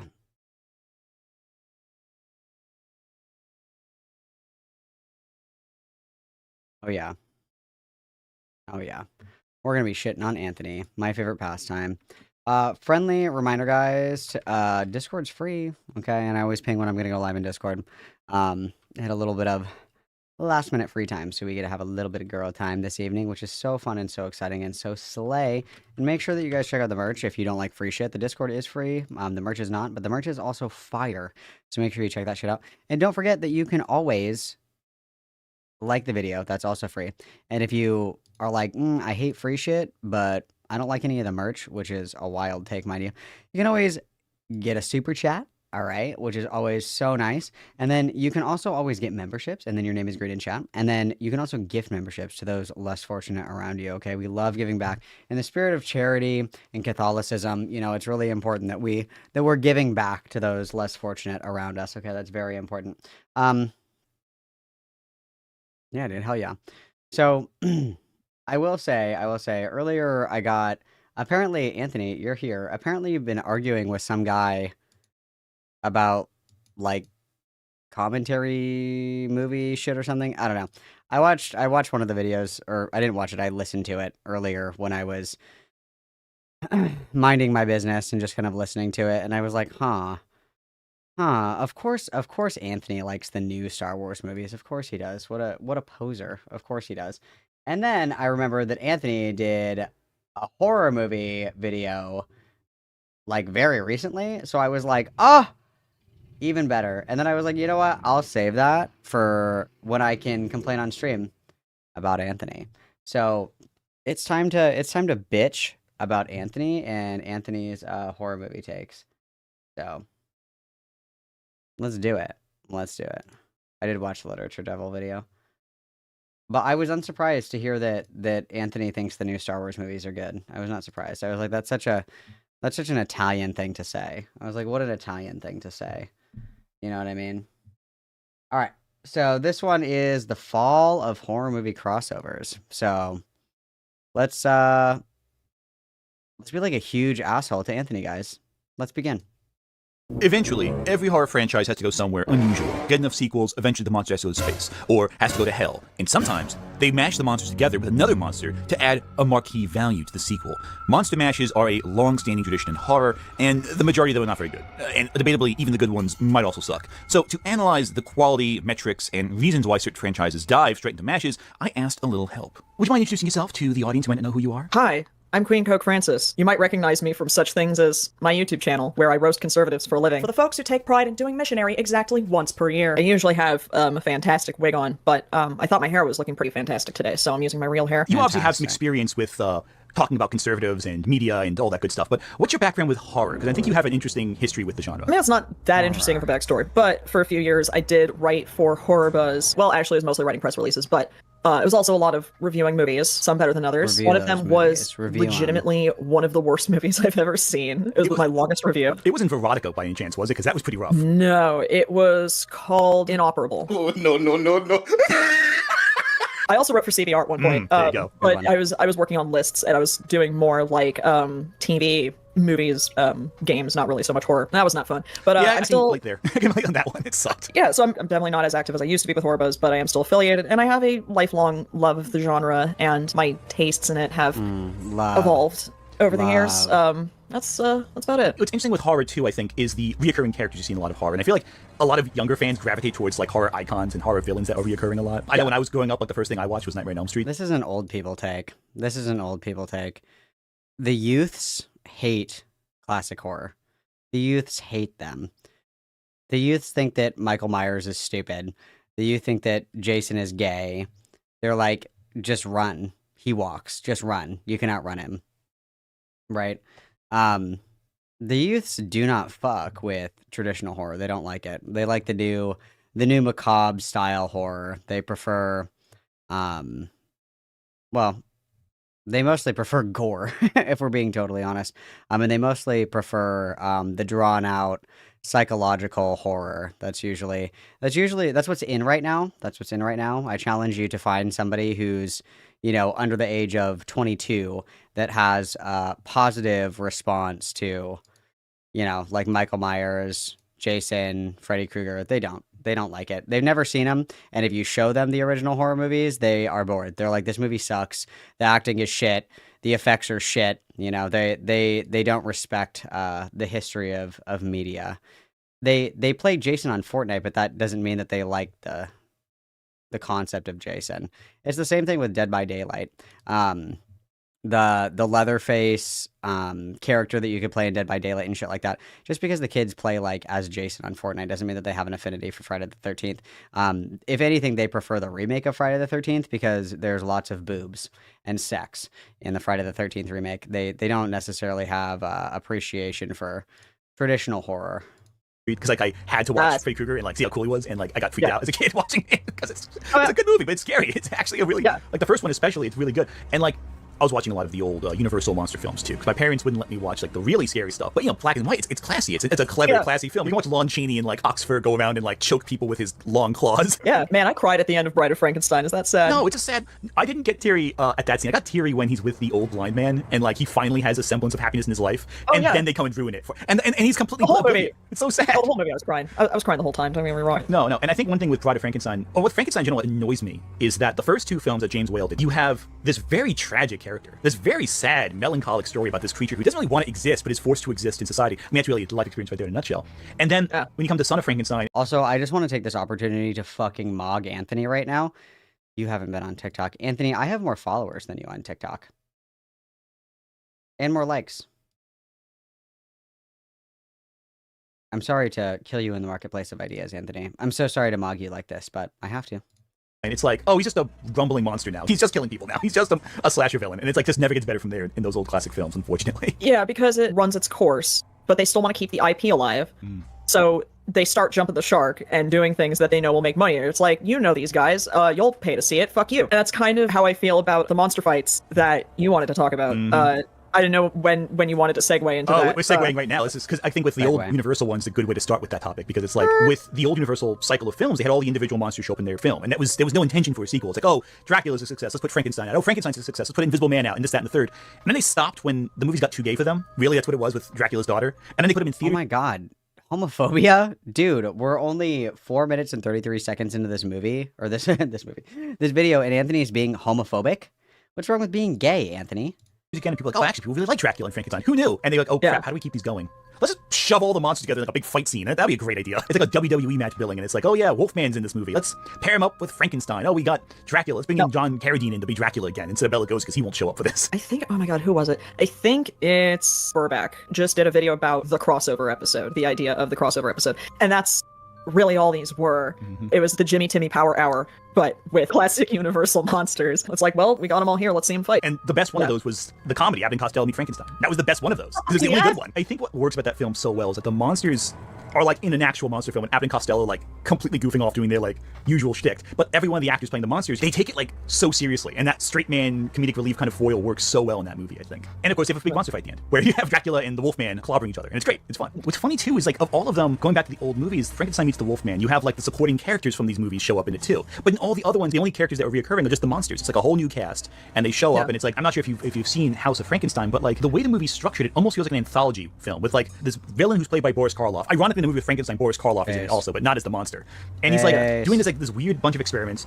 And in the first 20 minutes, it's about Dracula, and then 20 minutes in, they kill Dracula. And it's not Bela Lugosi's Dracula, Yeah, it's John kill him. Carradine as Dracula. I agree. And they kill him off, and then they bring the Wolfman in. It's like, wait, why would you bring the Wolfman in when Dracula's here? Why do you have a whole segment of your movie about Dracula and then not cross him over with the Wolfman? I think the reality is that early horror like this was just kind of like experimenting, trying to figure out what fucked and what didn't fuck. I think that's kind of what a lot of it was born out from. And then, like, obviously, a lot of the movies that are like double features, those are usually pumped out in corresponding times where like action is really on a big upswing, where like you want to see like Godzilla versus King Kong or whatever the fuck, and they're like, dude, what if we made like, I don't know, what if we made like Freddy and Jason fight each other or whatever, right? Like it's like within the vein of like trying to trend chase as well. And then really, really early like rudimentary horror films like creature features and shit like that, it was just kind of like, let's like have them fight. Because I think like if any old people can remember, like even like pick whatever you were into at the time, it's like, oh, this dude could totally beat this dude. Hulk could totally kill Green Lantern, or, you know, Jason is totally way stronger than Michael Myers. I think it was supposed to be, or attempted to be, like a fun spin on that, and then also trying to like capture the excitement that a lot of people had with action movies, where it was like superhero versus superhero. They're like, oh, they're fighting. It's like, which one's better? Blah blah blah. Like that was probably part of it as well. No, dude, that's literally like what I feel like the best ideas are. Just like you and the homies, 6 buzzballs deep, and you're like, what if there was this really scary old lady who was also, just hear me out, she was also horny. And then that's how X was made. That's literally the conversation that produced X. So, I mean, you know, it's the birth of beauty. You know, thank you, John, for the 4. Everybody witness. And then they find Frankenstein, but oh, he's incapacitated. He's like asleep. So they gotta wake him up. And the Wolfman's doing his thing. And then the Wolfman story ends. And then Frankenstein wakes up. So in this crossover with all your major monsters, at no point are they all alive or conscious at the same time in your movie. They probably just didn't know what to do. Probably. Because it was a new concept at the time. And also that was back when movies started to become like a real business. I mean, blockbusters didn't really happen until like the 70s, but cash grabs were still happening. So, you know, like that's really what crossover episodes are. Yeah. And these are cheap movies made for kids to have like with a nickel to go to the movie theater that weekend. You know, that's what it's like, oh, I just think the conception of X, I would have done anything to be present for that conversation. Okay, but the scary part is that she's old, but she's also very horny. Okay, make sure you write that down. The horny part is really important. Make sure you put in there that she's really horny, okay? Like, I just think that's funny. I just like... What was the pitch of that like? What was the pitch? This really old lady, and she's horny, but her husband can't fuck because he's got a heart condition. Right. I agree. Okay. And then she's really mad because there's teenagers having sex on her property. I was gonna say the same thing. Oh my god. That's awesome. Pass me the joint. Yeah. And then like, what if they're all amateur porn stars? I was gonna say, oh my god, I was gonna say that too. And then what if her tits are like really sad? Ah! And then there's an alligator in the swamp too. Oh my god, we are so mind melting right now. Like I wish that I was there. I wish that I was there for that conversation. That would have been awesome. Because that's totally how they decided to make that movie. No, dude. Let me hit your jewel. Give me the geek bar. Hang on. I have an idea. Give me a second. Give me the geek bar. Hell yeah, dude. Hell yeah. X also fucking sucked. It was marketed as like a revolutionary spin on slasher movies, and it just didn't fuck. It just didn't fuck as hard as I wanted. There was a lot of fucking, don't get me wrong. But like the concept was flawed. And then it was presented as like, here's this brand new groundbreaking fucking horror film where you're never gonna guess the scares or whatever, you know, because in every horror movie somebody's like washing their face in the medicine cabinet and they open the medicine cabinet and you're like, oh no, and then they close the medicine cabinet and boom, they're right behind them. It's like everybody knew that. Or, you know, there's like they're walking down the hallway and then as soon as they pass an open door, you can see their silhouette in the room next to them. Oh my god. And X was supposed to do something different than that, but every single one of them You knew it was coming. The only one that you didn't know that was coming was at the end when she shot her with the shotgun. That was kind of like, oh, good heavens. That was kind of out of left field. But it was marketed as like this new twist on slasher films. I can't remember Ty West, right? Ty West. He's married to Alice in Wonderland. She's a DJ. I hate her music. Pearl was good. Maxine was better. X, dog shit. And I'm going to say it, I'm tired of all these people casting fucking Jenna Ortega. Jenna Ortega can kick fucking rocks. That bitch fucking sucks, okay? Fuck Jenna Ortega. She is not a scream queen. Stop casting her in horror movies. She ruins them because she can't act. There, I said it. And now I'm free. I have like 5 nickels. Let's all go watch the new monster movie because that's how much a ticket cost back in the 40s. But what's strange is they only did that with the Wolfman, Frankenstein, and Dracula for a while, and then they just stopped doing it. Like they had the Invisible Man, never put him in a movie except for like having Vincent Price's voiceover in like the end of Abbott and Costello.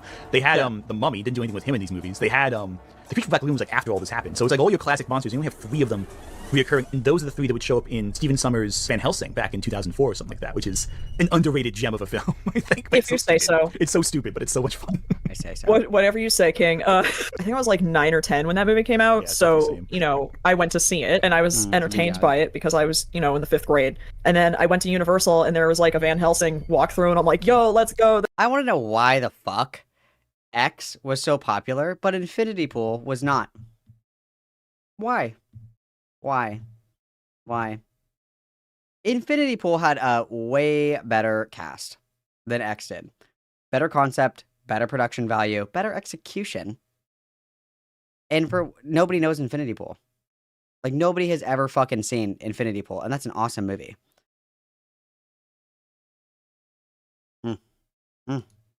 This is gonna be awesome. And you see all of the monsters that Van Helsing fights in Van Helsing. I go through it, I come out, I'm like, that was the lamest shit. Malcolm, are you still deciding festival costumes? Why not do the fairy godmother as Shrek? Again, so I hear you, Casper, and I see your vision, and I appreciate it. But again, we have to think functionality, okay? Because I'm going to be wearing that for like 12 hours, and I'm going to be like dancing and moving around. So I think that it would be very cumbersome and uncomfortable, right? After a small amount of time in the costume. We're prioritizing functionality, okay? We're prioritizing functionality above all else. But I like where your head's at. You have the vision. I see what you're doing. And I respect the hustle. Thank you, Casper, for the 5. I appreciate it. Everybody witness, please. Yeah, Infinity Pool was good. And I mean, X is like in the same tier as Sorority Row for me. It's just like very juvenile slasher. Not deep, nothing really. The only reason that it's quote unquote deep is because there's spin-offs of it, obviously. That's the only reason. And thank God it's not Jenna Ortega that got the spin-off character. Thank fucking God it wasn't her and it was Mia Goth. Otherwise I would have gone fucking Catcher in the Rye on Ty West. That would have been insane. I love that. I was easily scared as a kid, but even after that, I was like, "That's it." Like, this is dumb. Come on, this is terrible. You can do so much more. I mean, every year with Universal, they have like their horror nights and all that, like in Florida and California. And I want to go so bad. I know. Are they doing a Fallout maze this year? I want to go so bad. They have an Art the Clown one this year that looks fun. I want to. I want to go so bad. Trying to get a posse. My hot take is that if you're deciding what movies to watch and what not to watch based on promos, I think you're doing it wrong. Because, and hear me out, Evil Dead Rise, the trailer showed every single good part of that movie. I don't watch trailers anymore. After Evil Dead Rise, I don't watch trailers. I don't watch the trailers because they spoil too much these days. They put everything in the fucking trailer. The deadpan opening with the text coming up over the mountains, her coming out of the lake, the fucking cheese grater, the tattoo gun. What else was in the trailer? The drone, the scalping. All of that was in the trailer. Literally all of that was in the trailer. Every good scene was in the trailer. So I don't watch trailers anymore. If you're deciding what movies to watch based on trailers, you're living your life wrong. Okay, trust your instincts. Look at the cast, look at the title, look at the posters, and then you decide. Does it spark joy? My partner doesn't like horror. Jesus Christ, that sucks. That sucks. Right? He likes horror comedies. He doesn't like being scared, like Army of Darkness is his favorite movie. Okay, that's fair. Okay, that's good. That works for him. As long as Bruce Campbell's in it, he's fine with it. I showed him Killer Clowns from Outer Space, and he loved it. I showed him Nightmare on Elm Street 2, which is not scary. No. But Mommy's with the Maggots Now was in the trailer as well. Just they could have done a lot with Evil Dead Rise. I'm very disappointed with how they didn't take it as far as they should have. Evil Dead Rise is still one of my favorite movies by far, but there was a lot of potential. And obviously no hate, because it was a very low budget movie. It was originally intended to be a Paramount exclusive, but the previews or the pre-shows or whatever did so well, the test audiences, that they wanted to put it in theaters because it did so well. It was so well received. I understand that it was a smaller budget. I completely understand that, and I respect it. But they could have done a lot more with that. Arguably, what is it? It's 3 kills. 3 kills are off screen. 2 or 3 kills are completely off screen. That's what Evil Dead is. You're there to watch people. You're there to watch bitches die. Okay, so a couple of the kills happen off screen, and then they did, like, the 2013 remake was a lot more serious than the original ones, which I appreciated. But then the Evil Dead Rise did a little bit too much of the ambiguity, where they were like trying to make it a little bit goofy, but they weren't committing to it, and they could have committed a lot harder to the absurdist gore. Like, the Marauder is an absurd concept in and of itself, but there was a lot more that they could have done with it. And I also really enjoy that they didn't play it safe and they killed the kids. I like that. I like when they do, because whenever you watch a movie, you're like, they're not going to kill the kids. They're not going to do it. And they did. I like that. They could have done more with it. Obviously, it's, there's criticisms to be had, but still one of my favorite movies. Still fucking awesome. I've had to promise. I'm like, I promise you this movie is not scary. I'm surprised you said 2 and not 3, though. I feel like 3 is the one that, like, horror comedy fans, like, really like. Well, the main reason I showed him 2 was because I was like, you have to see the gayest movie ever made. That's fair. It's funny how Unfriended. Is that the one where they're all in a Zoom call? Or the one where they're all at college?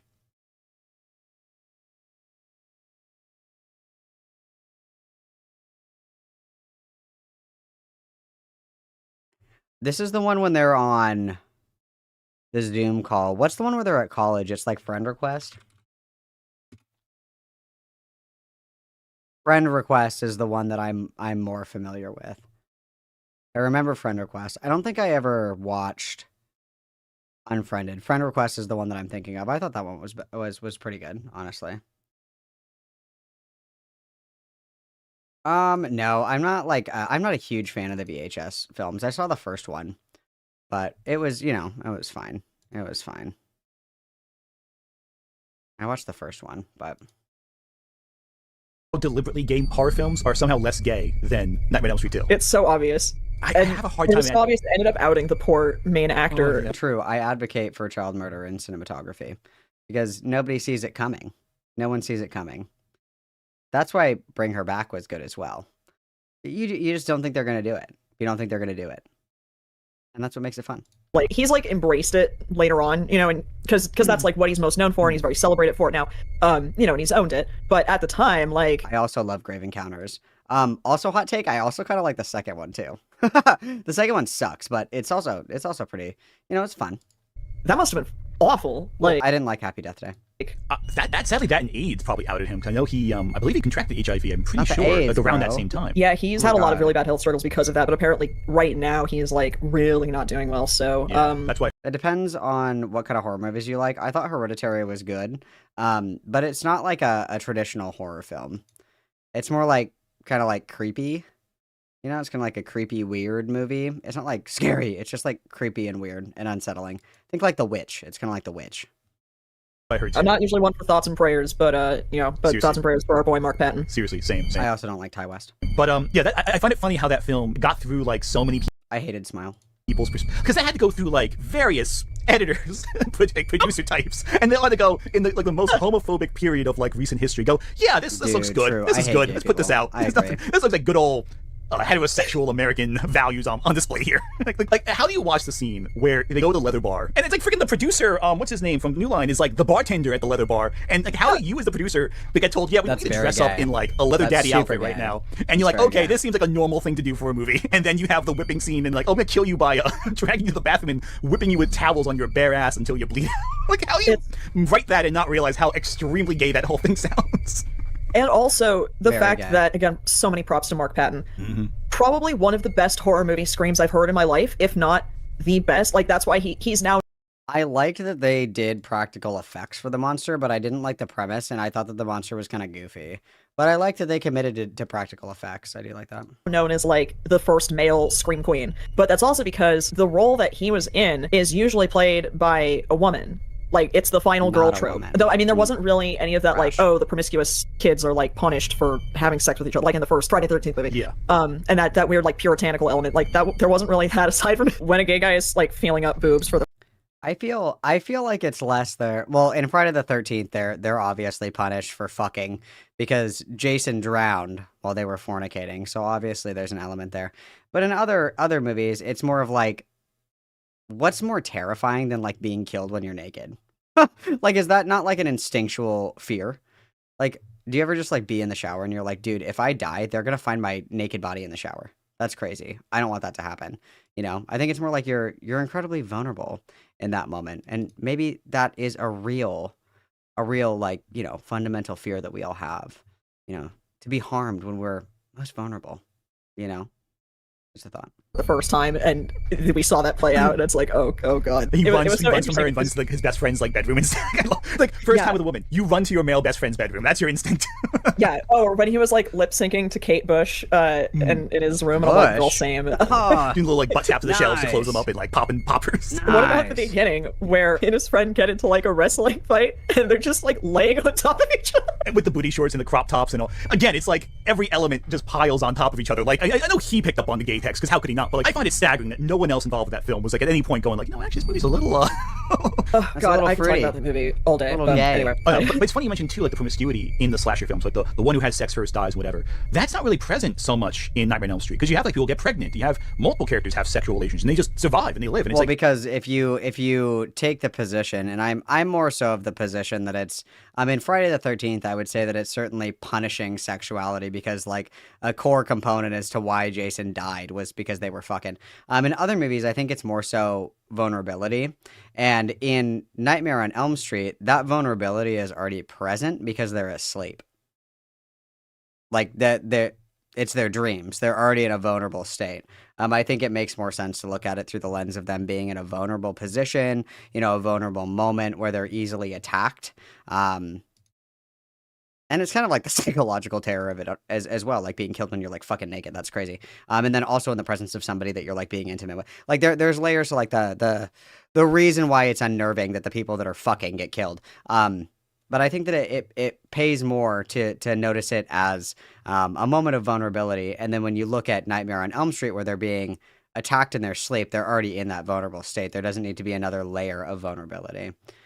Nightmare 2, too many conflicting stories. On If the other knew about the gay subtext. I just don't like gay people, so easy for me. Don't like it. Thanks for the $4.99. Everybody witness, guys.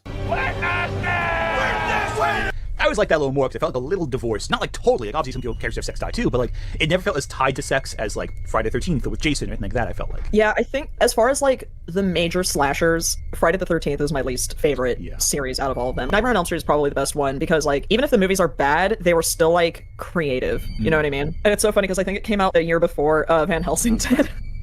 Freddy versus Jason. Freddy versus Jason. And I was rewatching one of the fight scenes from that.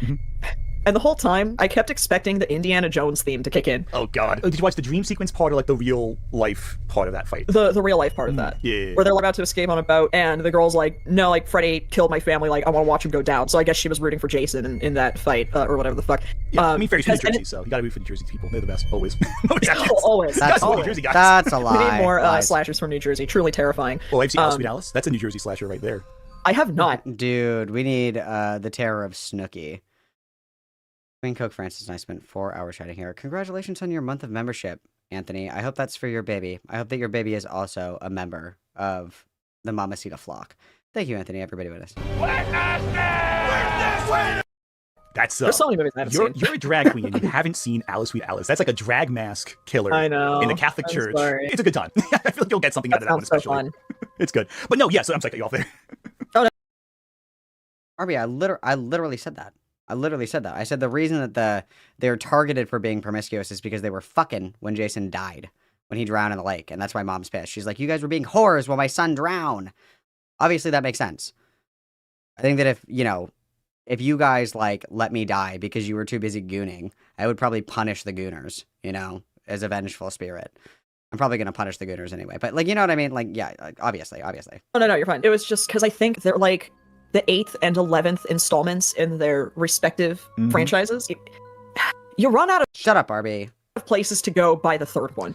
For anything. For anything. And even that is, like, pushing it. And I say this is, oh, God, people... Saw 3? What? Saw 3? Harry Potter 3? Come on.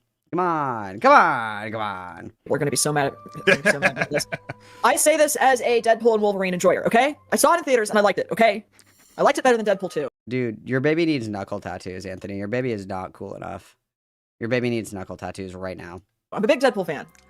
God damn it. I can't say you're wrong about that, though. I like that one more than I liked Deadpool it. 2, I liked honestly. it. I enjoyed it. I It's a lot of fun. I thought everyone liked it too until like a week after it came out. The first week everyone loved it. The second week, like, oh my god, it was so terrible. I'm like, but you liked it just last week. What changed? Yeah. What's fun with Nightmare on Elm Street too, because like not 2 is in the second one, but like that as a series, because Freddy vs. Jason is very much a Nightmare sequel with Jason kind of slotted into it. He feels so out of sync with everything else, like because because the Friday films have such a specific structure. Jason comes in, they have sex, he kills them. There's one person who has the gimmick who fights Jason at the end, and then that's it. It always is the same way.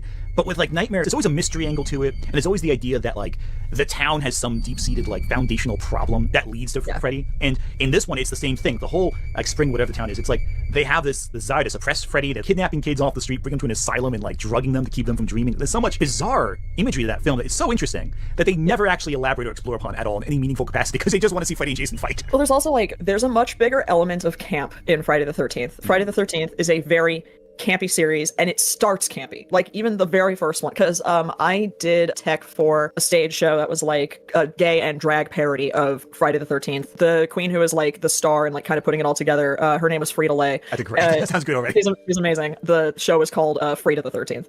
Love it. And it was really funny. It was unironically such a funny show. I wish there was a recording of it because like I was just in the tech booth laughing my ass off. But it worked. It worked because it's so campy. No, I can't read. Like you can take Nightmare on Elm Street a lot more seriously. And the other thing is like just who Freddy is so much more terrifying. Because it's like this is an adult who preys on children. Just that alone is horrifying. And then also the fact that he kills you in your dreams and he has a big fucking... Well, arguably they all kill kids.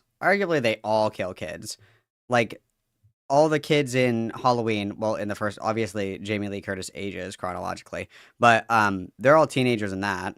They're all teenagers in Friday the 13th. They're all teenagers in Nightmare on Elm Street. Yeah, that they all kill teenagers, right? Fucking knife fingers and his face is all burnt. Like, dude. Crazy. And in some of the movies, he takes like whatever your worst fear, your problems, your phobias are, and then like inverts them. And again, like that's with all these sequels, even like the 6th one with Roseanne Barr that shows up. But even like that one, there's some really clever like dream sequences. There's the one scene that dude, they had to include the Ambien Queen. That's based.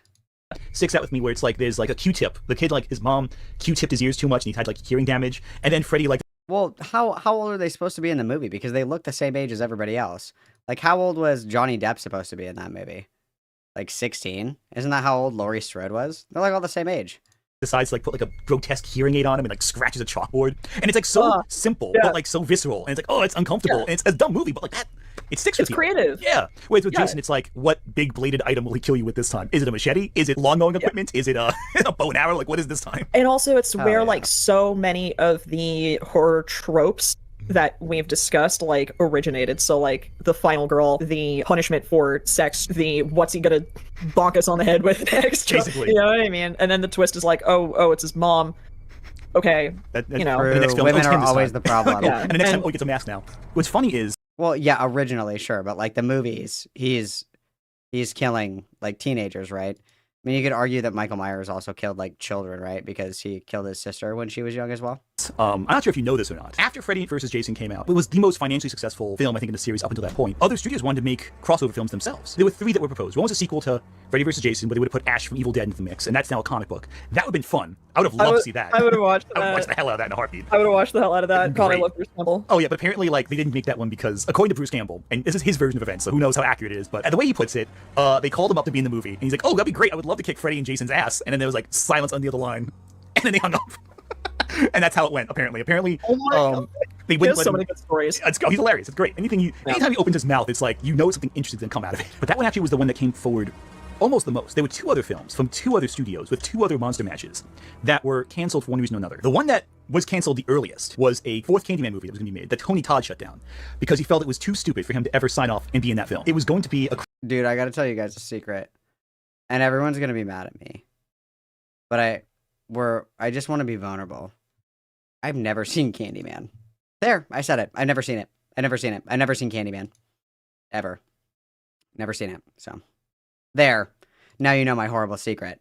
crossover between Candyman and the Leprechaun. Oh, Warwick that is Davis's. really fucking dumb. It's terrible. Yeah, he's good call on his end. Because at this point, it was it Back to the Hood had just come out with Leprechaun, so this was gonna be the follow up to that. And Warwick Davis, who will say yes to anything, he was like, "I'll be into that. I mean, that sounds fun." Taylor Todd was like, "I have too much respect for this character to do that." Yeah, good call on his end. Seriously. That would have ruined the legacy. That's like next level stupid. Seriously. The other film I almost got, there's a third film that actually got pretty farther along than initially indicated, involving Michael Myers. So Harvey Weinstein, a great start to any story right there, wanted to capitalize on the success of Freddy vs. Jason. So what he did was he looked at whatever horror franchises he owned and realized he owned Halloween, Scream, and Hellraiser.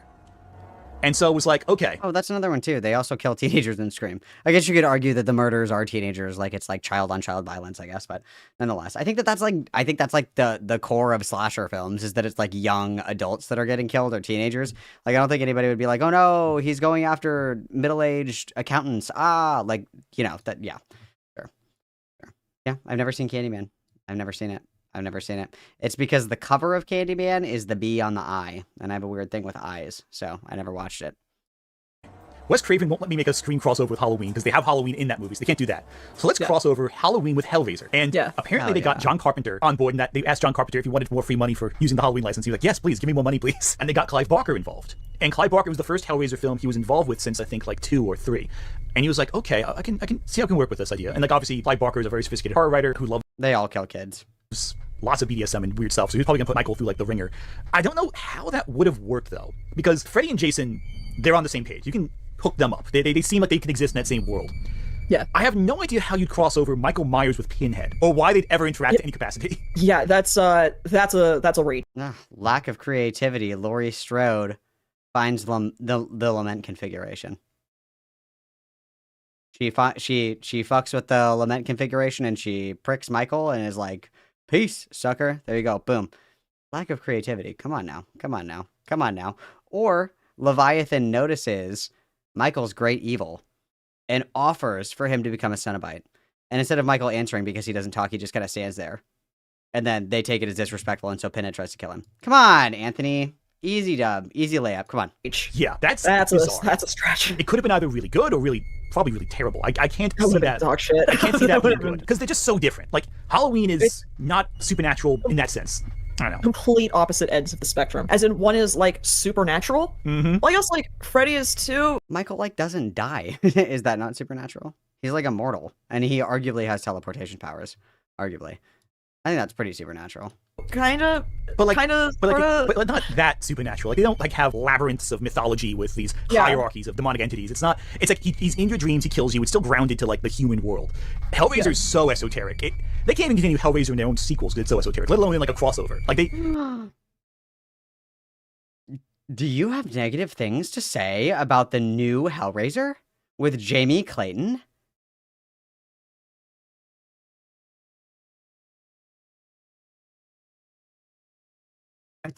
Do tell me that my ears doth deceive. Oh. They couldn't even do like Hellraiser past like 2. Like after that point, it went sharply downhill after 2. Halloween too, but like I just can't imagine how they would pair And even how they fight, Pinhead's just gonna chain him up. Like, he's not like a combatant. I learned a lot about crack ships when I did that crossover. When I did my own crossover Hell yeah, episode crack! with Vivian Wilson. Yes. And it's like they have to share something. Like if they're from different universes, it's usually like they're shipped together because they'll have like something in common. I'm trying to think of what they would have in common. Nothing, I don't think, because you can only interact with Pinhead if you, or the Cenobites, if you unlock the box. Why would Michael ever? Because Lori finds it and tries to use it to get rid of fucking Michael, and then she pricks him and runs away.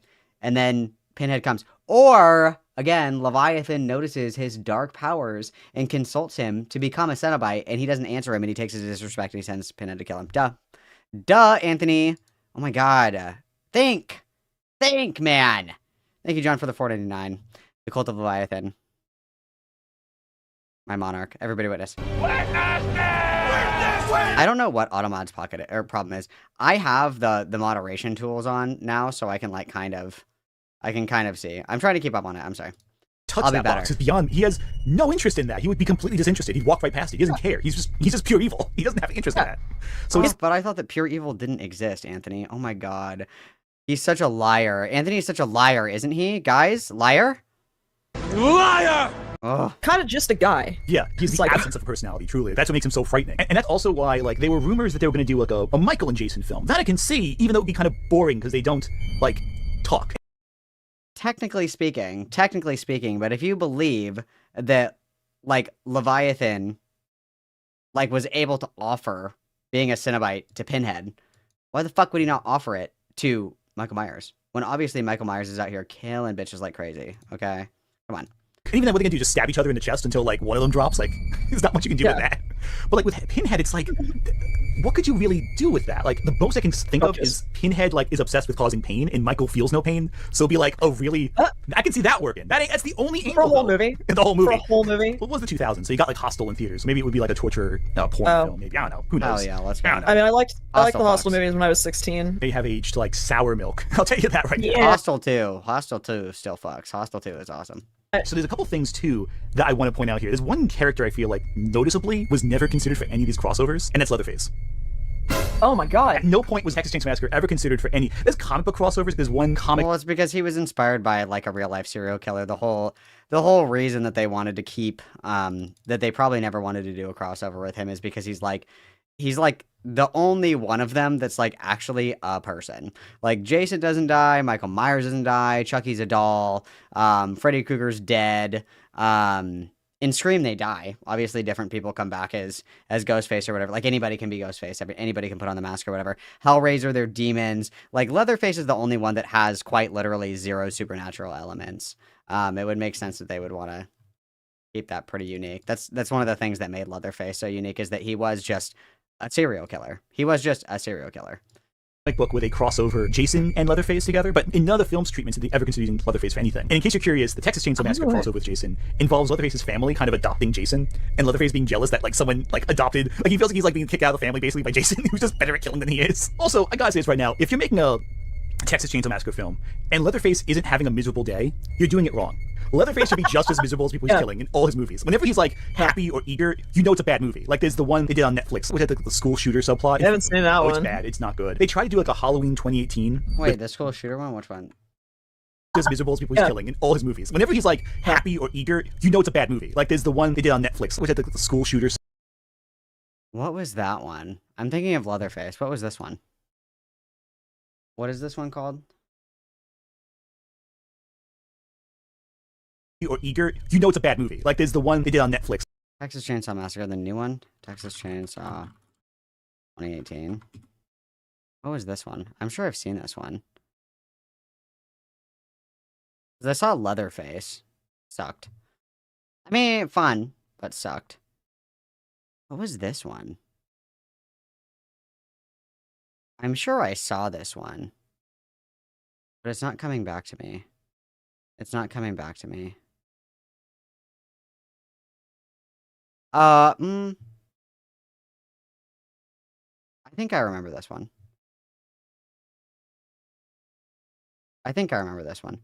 The 2000 and, the early 2000s ones with, Jessica Biel. Show stopping. Amazing. Amazing. Amazing. Never enough praise. Leatherface was something. It was a watch.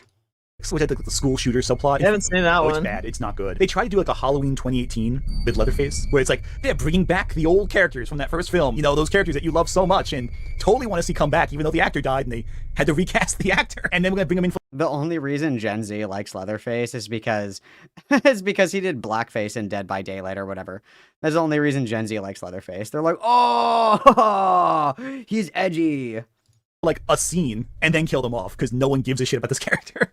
I do want to bring up one. I feel like we've kind of exhausted like that whole slasher icon thing, but I think like one crossover that surprisingly worked somehow is Alien vs Predator.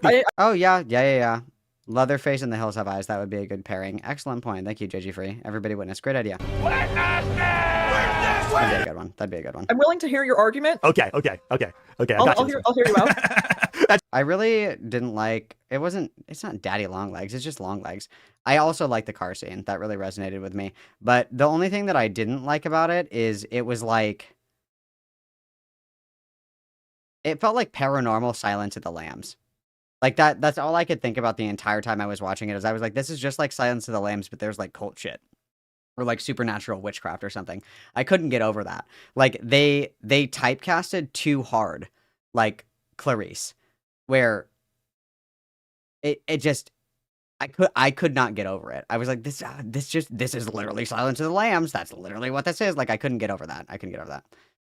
The Substance versus Pearl. What is it? Fuck, what is it called? Monstressa Sue or whatever? Hell yeah. That's fair. I'm a bit of an AVP apologist. The first one anyway, not the second one. The second one is physically unwatchable. It's too dark. I never saw the second one. Don't waste your time on it. You really can't watch the second one because the lighting is so terrible. You actually can't see anything that happens with the fights. It's so dark. You can't even make out the glint on the surface of the puppets, let alone. Wait, was it AVP? What was the name of it? I think it was. That's right. Yeah. It's fucking bad. Oof. Yeah. 12% on Rotten Tomatoes. And that's too high. I think they only, and that's a pity 12%. I'll say that right now. Oh, girl. At the very least, the first AVP feels like it makes sense with both series, I think. Because it's like they're both sci-fi, about aliens. Both the aliens and the predators behave like they would in what we've seen so far. And I do like the idea of like a human fighting alongside a predator and it being like, oh, you're actually pretty badass. We acknowledge that you're like pretty damn cool. That element I like. Feminism. It is stupid as shit. I won't deny that. I'm not delusional. Silence of the Lambs isn't gory. And it also avoids the big trap that some of these monster mashes do, where in most of these movies, it's 60 minutes of bullshit and then a half hour of like the fighting. This, it's like they mix the fighting throughout the whole film. So it's like you get dosages of what you came to see. So you're not waiting the whole movie to get to like the one thing you paid your ticket to see. And the unrated version, which is basically like a light R, it's not really unrated by any standards of the imagination. At the very least, it still has a little bit of the carnage that you kind of come to these movies for. But even then, like, in terms of either Predator or Alien movies, like it's nowhere near the peaks of like the first two Alien films, the first Predator film, Prey. But like I do like. All right, I've had enough. I can't make it. I thought it would be more generic horror, not monster mashes. That's my bad. Yeah, Silence of the Lambs is not transphobic. You know who is transphobic though? Your mom. Oh my fucking god! You walked right into that one. Okay. Let's see. Yeah, AVP, the first one was good. I really liked that one. Okay. So no, the movie is not transphobic and it's not written to be either. Neither is the book. People are just stupid. It's kind of like how people say Rocky Horror is transphobic. I'm like, I mean, I guess, like, whatever, dude, whatever.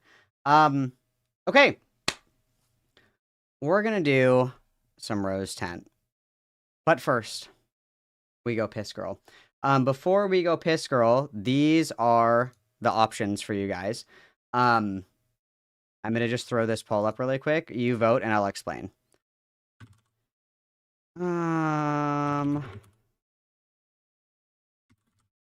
Okay, so this is what we're doing, okay? So we're doing Rose Malay Tent, okay? We're doing Rose Malay Tent. I'm gonna go to the bathroom and smoke a cigarette really quick, and I need to find something else carbonated to drink. I think I still have grapefruit spindrifts.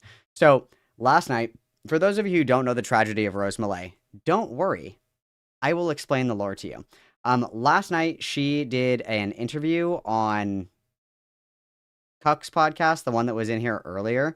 And I had to call in. And so I screamed at Rose for like 45 minutes. So I can put that up and you guys can get a little taste. I'm going to segment that so you guys can get like a little teaser of my conversation with Rose. And then when I segment it, you guys can watch the whole thing. Or you can have key jangling while I run to the bathroom. And then when I get back, we will discuss the lore of Rose. And then we will revisit the controversy from last night. Because I also found so many screenshots that I had never seen before.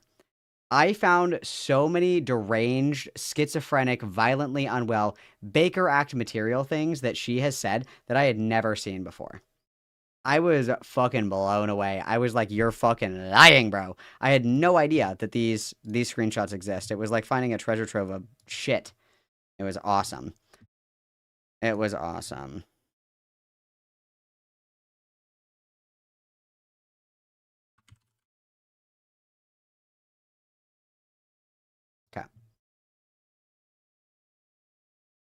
Okay, if that's what you guys want, you ask and you shall receive. Let me get this queued up, and I'll give you guys a little tasty taste of this. I have the raw audio, but I'm gonna put up Cuckcast. It's Cuck, I think. I think that's how you say it, is Cuckcast, I think. It sounds wrong to say. But either way, that is who hosted this content last night, you guys. This is Kyuk, was in here earlier. Very kind of Cuck to let me on. And it was also, you know, very kind for Cuck to pop in earlier this afternoon. And like I said, you know, it's always appreciated when people are, you know, are just like polite and nice. And I appreciate Cuck just like letting me jump on. That was actually really cool. So that was really, it's K-Huck, sorry. K-Huck, my bad. Again, everybody that has been... So we'll see how this goes. Like, okay. I got this queued up. I got it at the right time. It sped up just a little bit for my ADHD girlies in chat. It's K-Huck. Yeah, okay, I was saying Cuck. Okay, K-Huck. So anyway, K-Huck was nice enough to let me join.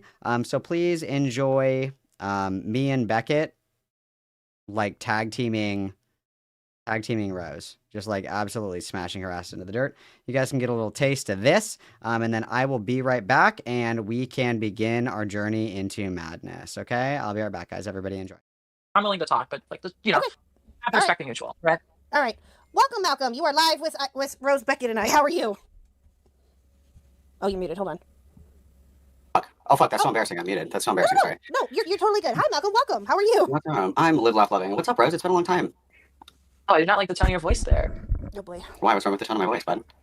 It just sounds all snarky. Like, you're about to come at me. Like, you feel like you have this big own coming, and you're like... Oh, bitch, you already know that I do. You already know that I do. Why is it okay for you to make jokes about rape, but other people can't? See, actually, I like that you said that, because I said some things about rape that I shouldn't have fucking said, right? I dealt with some trauma, and I acted out in ways because of my trauma that were very immature. And the thing about it is that people bring that up to me constantly. Because they've done that, I've had to think about it constantly, and I've had to mature a lot, right? And so... Okay, how have you matured? How have you matured when this is still the exact same thing that we had this conversation literally almost a year ago to the day, and you're like, I'm changing, I'm coming up, like, new shit's coming, I'm about to be fucking famous, and we're still a literal fucking nobody digging the scraps out of the garbage. What has changed? Your behavior is exactly the same. First of all, you're talking about clout, and this is not a conversation about clout. This is about... it definitely plays, this plays into it, because you love negative attention. It's the only way that you can get it. It all is interwoven. Well, we're talking about personal growth, and you're talking about numbers, and I feel like that's not really what we're supposed to be doing. So anyway, we talk about that. I feel like I sound mature, right? You can disagree, but like, I'm being respectful. I don't resort... That doesn't mean that you're mature. That doesn't mean anything. Well, I would hope that people listening to me can understand where I'm coming from when I say that I feel like I've grown and matured. And I would hope... Well, how have you grown and matured? How have you grown and matured? I would just say, like, listen to me right now, right? Like, and compare that to how I fucking talked in the past. I feel like I've grown... This is exactly how you talked to me a year ago. This is exactly how you talked to me a year ago. Nothing has changed. You're doing the same shit. Nothing has changed. Okay, I mean, that's your opinion, but, like, I don't feel that... So the tone of your voice and the words that you use is how you've changed. That's it. There's nothing else. You haven't, like, developed as a person. You haven't, like, changed your opinions on things. I have changed my opinions. Okay, that's what I asked. So, like, do you want to talk about that a little bit? I mean, ask me about, like, anything in particular, and I can go over, like, how I've... Yeah, are you still, like, violently anti-Semitic? Is that still something that you're really into? I'm not anti-Semitic. I've never been anti-Semitic. No. Okay, so that remember when literally this time last year I asked you about the white replacement and the great replacement shit, and you were like, "Oh, that was just a joke. I didn't believe in it," or whatever. That's changed now too. So you're not into the great replacement, and like the Jews will not replace that shit anymore. You're over that? Well, That's you. hold on. That is such a mischaracterization. I mean, like, I don't believe that. And see, the fact that that's your view of me, like, that's Yeah, do you fascinating. not understand how it's like so fucking frustrating to talk to you? Because anytime somebody like, hey, this thing that you said is fucked up, you're like, that wasn't me. I was dumb. I was raped. I was abused. Like I don't know. It was so long ago. I can't remember. I was just dumb. I was just kidding. No, but like, I And you just expect genuinely everybody else to take accountability for every action that they do. And those like justifications don't work for you. Beckett has been so fucking nice to you. You can ask Beckett. I've been blowing up his fucking DMs. Beckett knows old Twitch poll Rose MULET. I do too. I know how you used to be, and you're exactly the fucking same. And how can you demand that Beckett is like bowing to kiss your feet to apologize for all this shit when you haven't even apologized for a fraction of the shit that you've done, and you expect everybody to treat you with grace? Connect those in my mind. I have apologized for the stuff that I have said. I just No, you when haven't. when you mentioned the Jewish thing, that confuses me. Now, when it comes to like the Great Replacement, I'm sure I may have said some stuff like about like that. I don't recall Jew being part of that. Like, I don't think that replacing from Jews. I never said that specifically, so I have no idea where you're getting that from. So when it comes to the Great Replacement, I don't know specifically what tweets you're referring to.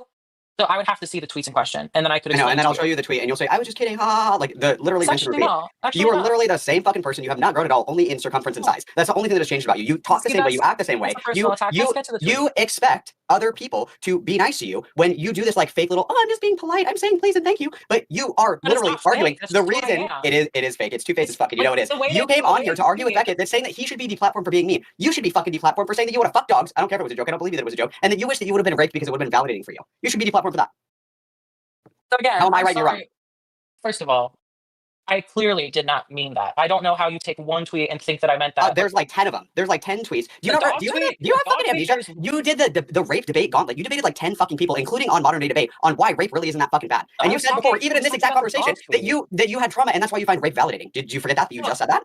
We can talk about the rape stuff because I think that's a good conversation to have. No, I nobody would prefer gives a if you fuck. weren't Nobody so wants to indulge in your confrontational. fetish shit. Nobody wants to engage in your Well, fetish shit. you're Nobody wants you to asking jerk it me at upstream. things. What I'm asking you And is you're not how can letting you? me- Because I'm asking you a very specific question, and then you're just rambling. So the very specific question is, in what way have you changed? And how can anybody, how can we say, yes, Rose, I agree with you. We should deplatform Beckett because he said a mean joke about KP, but your quote unquote mean jokes are like, I want to get fucking raped Okay. because it's hot. Oh, this is a good thing. Here's what we should do.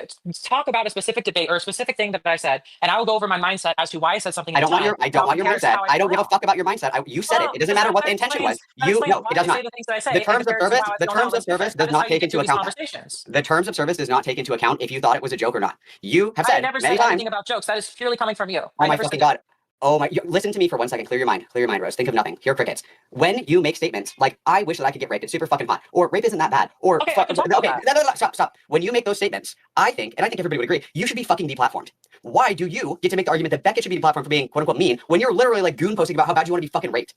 Connect So those first of dots all, for me. I was never talking about deplatforming. I was just saying that YouTube's rules. So I said that earlier in the conversation if you watched. But anyway, so when I talked about rape, right? When I talked about I wanted to be raped, let's talk about why I felt that. I don't okay? fucking care, dude. Get your fucking goon Well, shit out of here. Nobody wants to you listen to you have asked one why hand on the I keyboard while need you my explain opinion. this. That's fucking. It's I not don't an have my hands opinion. on the You're about to keyboard. fucking goon. You can't. That's the whole point. I like total fucking dub, Rose. so You totally weird. own Oh my everybody. God. You Like, don't that's have so an argument. gross. You just want everybody else to capitulate to you and That's be such nice a to you, gross and you thing don't to give a say fuck about if you can me. say the most disturbing, fucked up shit ever. And there's no consequences for you, but everybody else has to be nuked into the sunset because they were disrespectful to you. The consequences is that you guys constantly bring this shit up everywhere, and I feel like despite all of that, I try to be as nice as possible and try What to did be I as say to you a year respectful ago and about that? listen.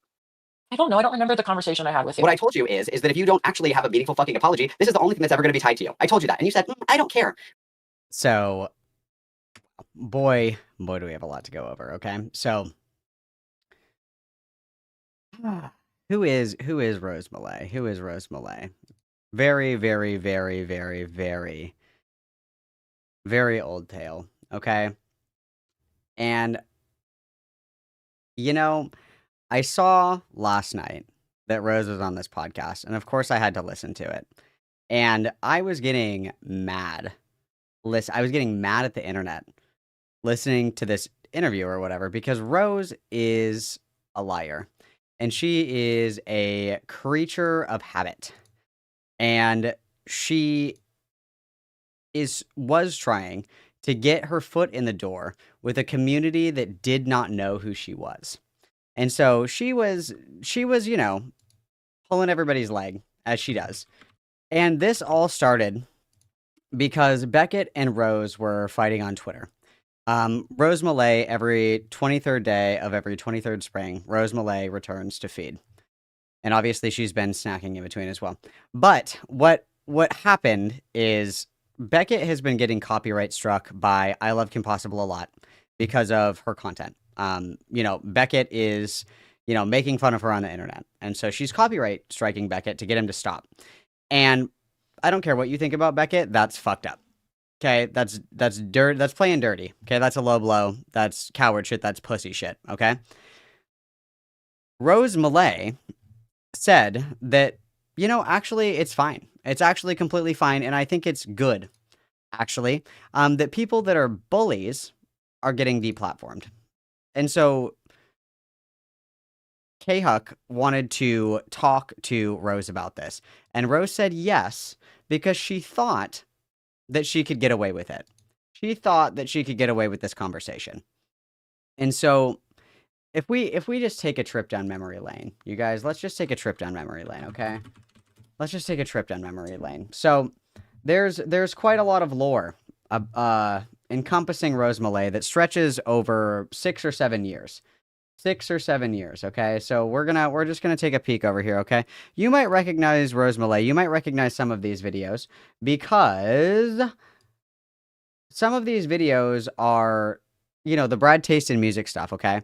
Because Rose MULET was boosted significantly by Brad, and Rose leaked a lot of stuff about Brad that probably wasn't appropriate to leak.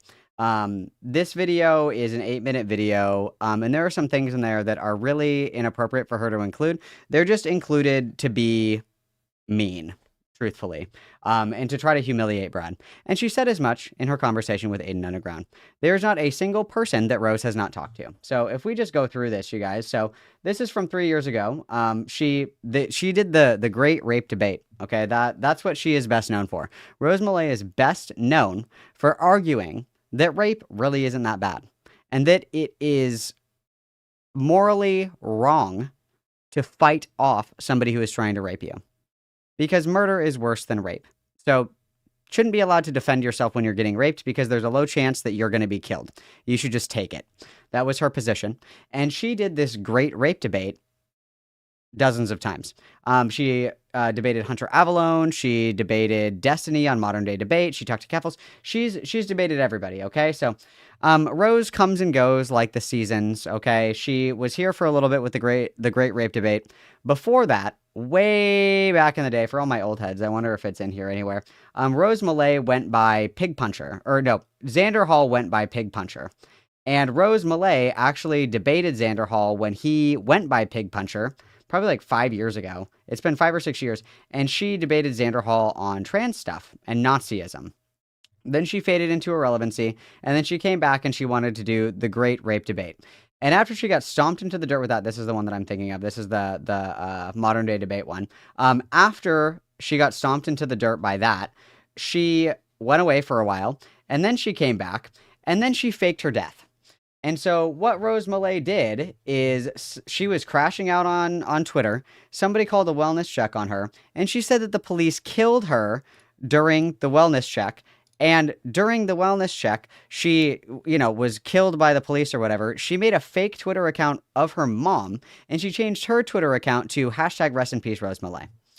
Obviously, she didn't kill herself. Clearly that didn't happen. So then she went away again for a little bit. And then she came back to shit on Brad. Because Brad Taste in Music was a music reviewer. Brad Taste in Music went ahead and he made, he did music reviews and shit like that. Rose made a video and Brad boosted it. And if you guys know anything about Brad Taste in Music, Brad Taste is actually in scalding hot water right now because audio's leaked of him abusing his girlfriend, his ex-girlfriend. And Rose, when she heard that the abused ex-girlfriend of Brad was going to say something about it, Rose decided to tell Brad that his ex-girlfriend that he abused was going to run her mouth publicly about him. Rose MULET has also been in many arguments with lyrics as well, as if the well doesn't get deep enough. There is not a single person that she has not crossed paths with. She's talked to femioids, she's talked to poly people, she's talked to Keffels, she's talked to all of these people, okay? And this lore stretches across 7 or so years. 7 or so years we've been at this, where we say the craziest thing you could ever imagine, farm a bunch of negative attention off of it, finally get sick of it, leave, come back and do the same thing. And so I was listening to this last night, and I got really fucking irritated because I was like, nobody knows what to do with Rose. No one knows what to do with her, okay? She's really good at the 1 HP voice. She's really good at it. So last year, I actually talked to Rose. It was around the time of the Brad Taste in Music stuff. I personally was unfamiliar with Brad Taste in Music. And I had seen that somehow Rose MULET was somehow involved. And that piqued my interest. That definitely piqued my interest. So I looked into it a little bit, and my initial read was that Rose was a backstabbing cunt in the entire fiasco. Brad put his reputation and himself on the line for Rose, and she stabbed him in the back, and she threw him under the bus as soon as it was advantageous to her. And as soon as I saw that, I was like, oh, this is the Rose cycle, and we're seeing it again. Now, two things are true in life, okay? What goes up must come down, and Rose MULET will name search herself. And so, of course, Rose MULET came scurrying into my live chat and wanted to talk. And so we had this conversation, relatively around this time last year. This is July 2024. We had the exact same conversation last year. And so you may be asking yourself right now, why would Brad need to defend Rose? And I know what your first thought is. Your first thought is the rape thing. That's part of it. The rape thing is part of it, okay? Her crazy takes on rape are certainly part of it, okay? But worry not, you guys. It gets a lot better, okay? It gets a lot better. So these are a taste. I have quite a few of these, so hang on here. I've got a few good ones here. So this is Rose. Rape is okay as long as you don't get an STD. This is Rose. Sexual harassment, aka love, is a compliment. And if that offends you, you must be living seriously a miserable life. Make me famous, or I'll kill myself for the notoriety. I was never suicidal. My life is too great. I just wanted attention. So, that's some of them. But don't worry. There's more. Don't even worry. There is more. Got a few more for you, just to treat you. Just to give you another little treat here. So, we've got this one. These are anti-rape condoms. So what these are is you insert these vaginally, and if somebody rapes you, this can't be taken off of their penis. It has to be surgically removed. So, you catch who it is, because they have to go and get this removed by a doctor. And the only reason you would have this on your dick is if you just raped somebody. And so Rose says this is evil, and any woman with this device should be sentenced to life in prison. And this was a take that she defended. Publicly, by the way. That was not a joke. She defended that publicly. We also have this banger right here. Consent is stupid. Rape is natural and necessary for a happy and healthy society. Why is the modern world so miserable? Because rapists are treated as criminals instead of cherished for their masculinity. Fuck feminism. I wish men weren't so afraid of raping me.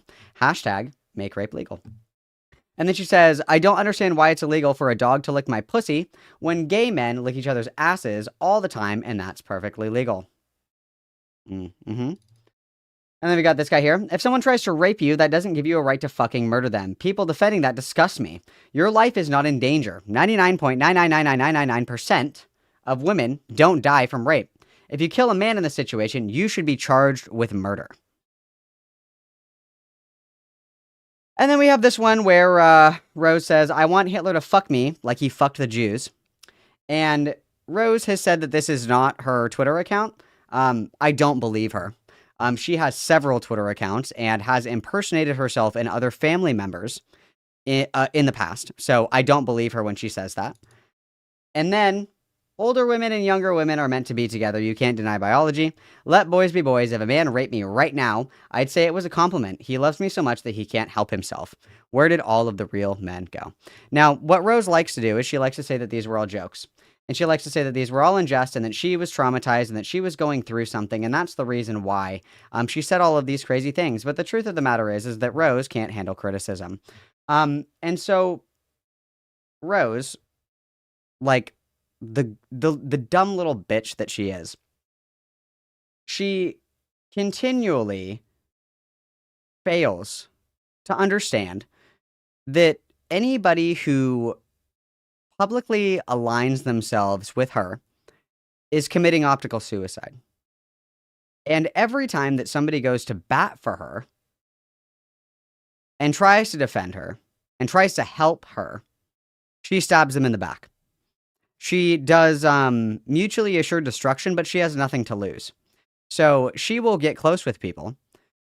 Then, as soon as it is no longer beneficial for her, she will stab them in the back, but her reputation's already in the toilet. So she really just lives to destroy the credibility and the perception of others. Rose MULET is also a habitual liar. She will lie about anything if given the opportunity to. She has lied about whether she's trans or not. She has lied about getting bottom surgery. She has lied about her level of education. She's lied about her background. She's lied about literally everything. There's literally nothing that she has not lied about. So, as I said, every 23rd day of every 23rd spring, Rose MULET comes out to feed. And she returned. And I was listening to this conversation, and I this conversation that I had with Rose, this one right here, this conversation I had with Rose, I was probably at like a 4, maybe a 5. Okay. A 4 or a 5, I would say. The thing with Rose is she has to be beaten down in conversations or she will dog walk you. And for people who are familiar with who Rose is, and Beckett is, I actually felt very protective of my twink. I felt very protective of my twink. And watching him get his back blown out by Rose MULET, I was like, I can't stand this slander. So Cope Cord called for aid, and Malcolm answered. So we had like a taste. We had a taste of the conversation that I had with Rose. But one of the ones that's actually quite interesting to me is British Runner. Now, British Runner has done a couple of different videos. I'm trying to think of the one that I watched recently. I can't remember which one it was. He does kind of like hit piece videos, kind of similar to Beckett. Kind of similar, I guess, is the best way that I could describe it. I can't fucking remember which one I watched. Which one did I watch?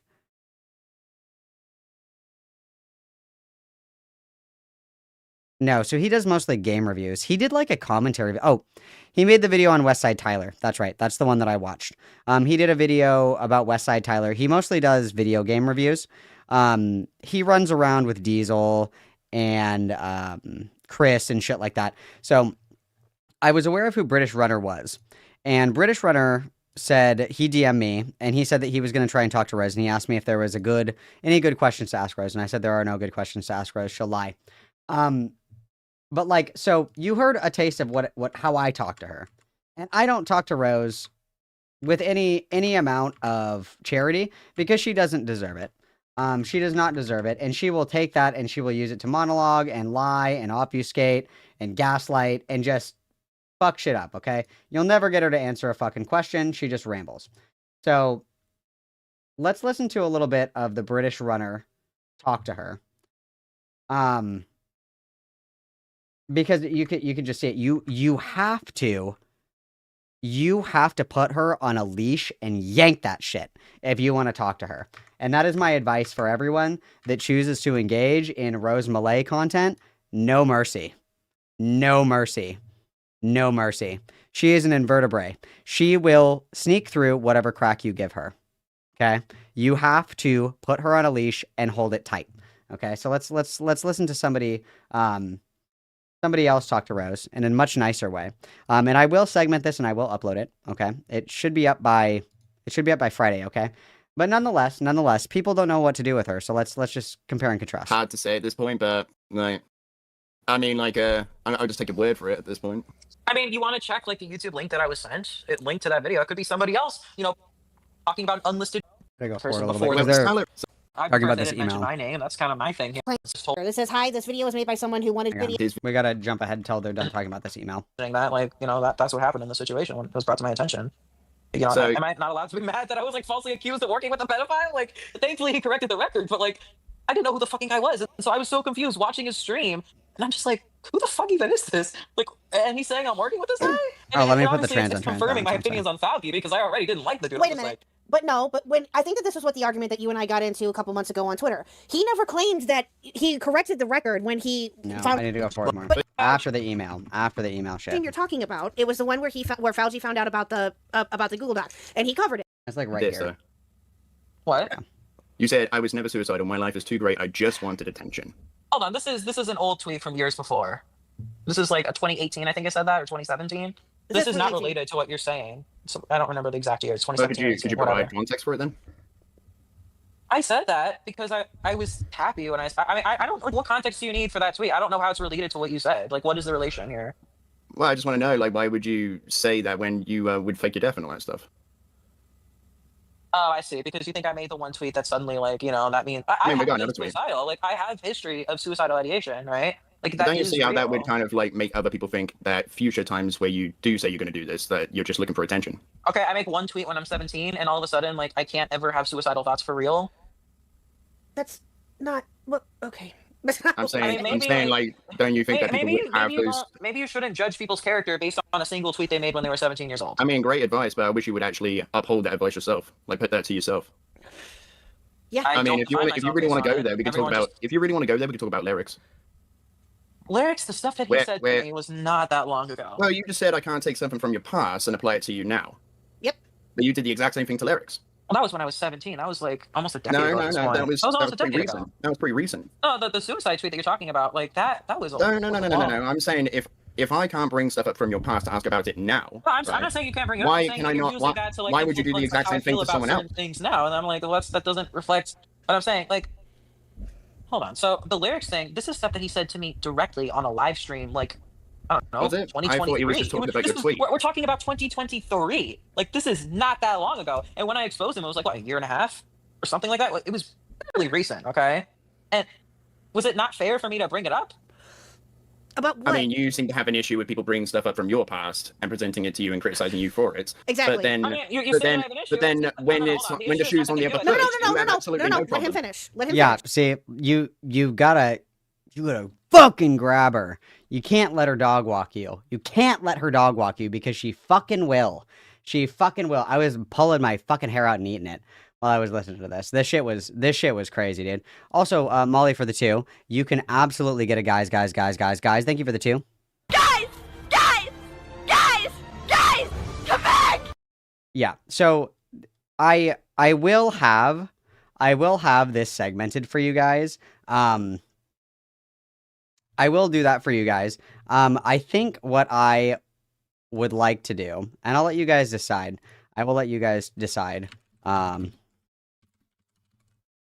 So we can do, I want to go back and listen to a little bit of her content.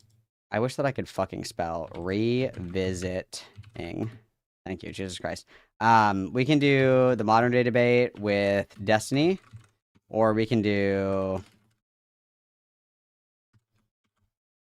one of these, because I would like to treat you guys all to Rose content. Or actually, no, hold your vote.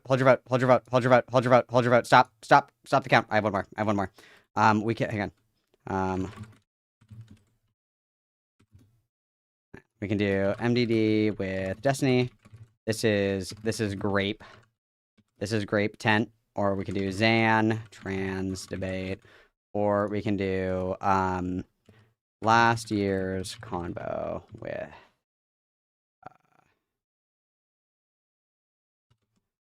yeah, there you go. Sorry, go ahead. Continue. We'll continue to listen to Rose ramble while you guys vote. Go When ahead. the shoe is on the other foot, Rose, you don't have an actual issue with it.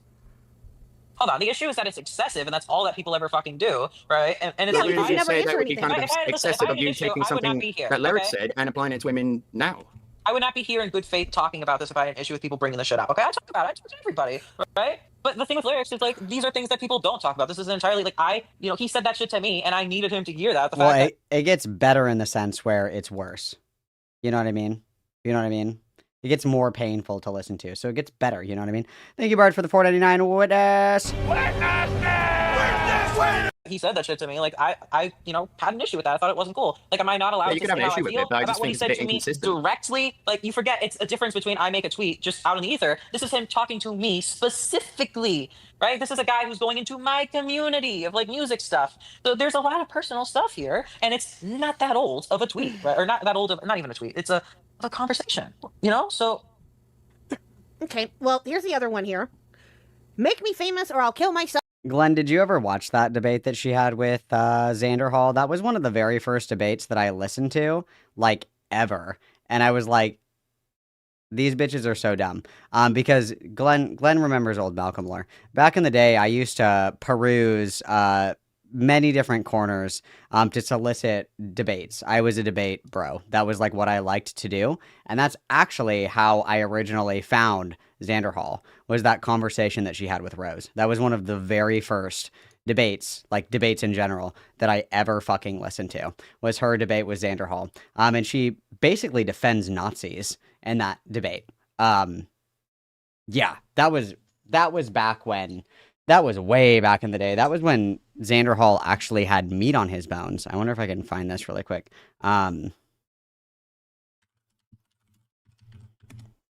I wonder if I can find this. Yeah, dude, like, look at this shit. Look at young Xander Hall. Before his life was ruined by marijuana. Look at young Xander Hall, you guys. Young Xander Hall. Young Alexander here. Look at him. Look at him. So youthful. So much in front of him. So much in front of him. So much life to live. So much weed to smoke, you know? He was but a baby. He was but a baby. Yep, the pig puncher days. Way back in the day. I remember that one.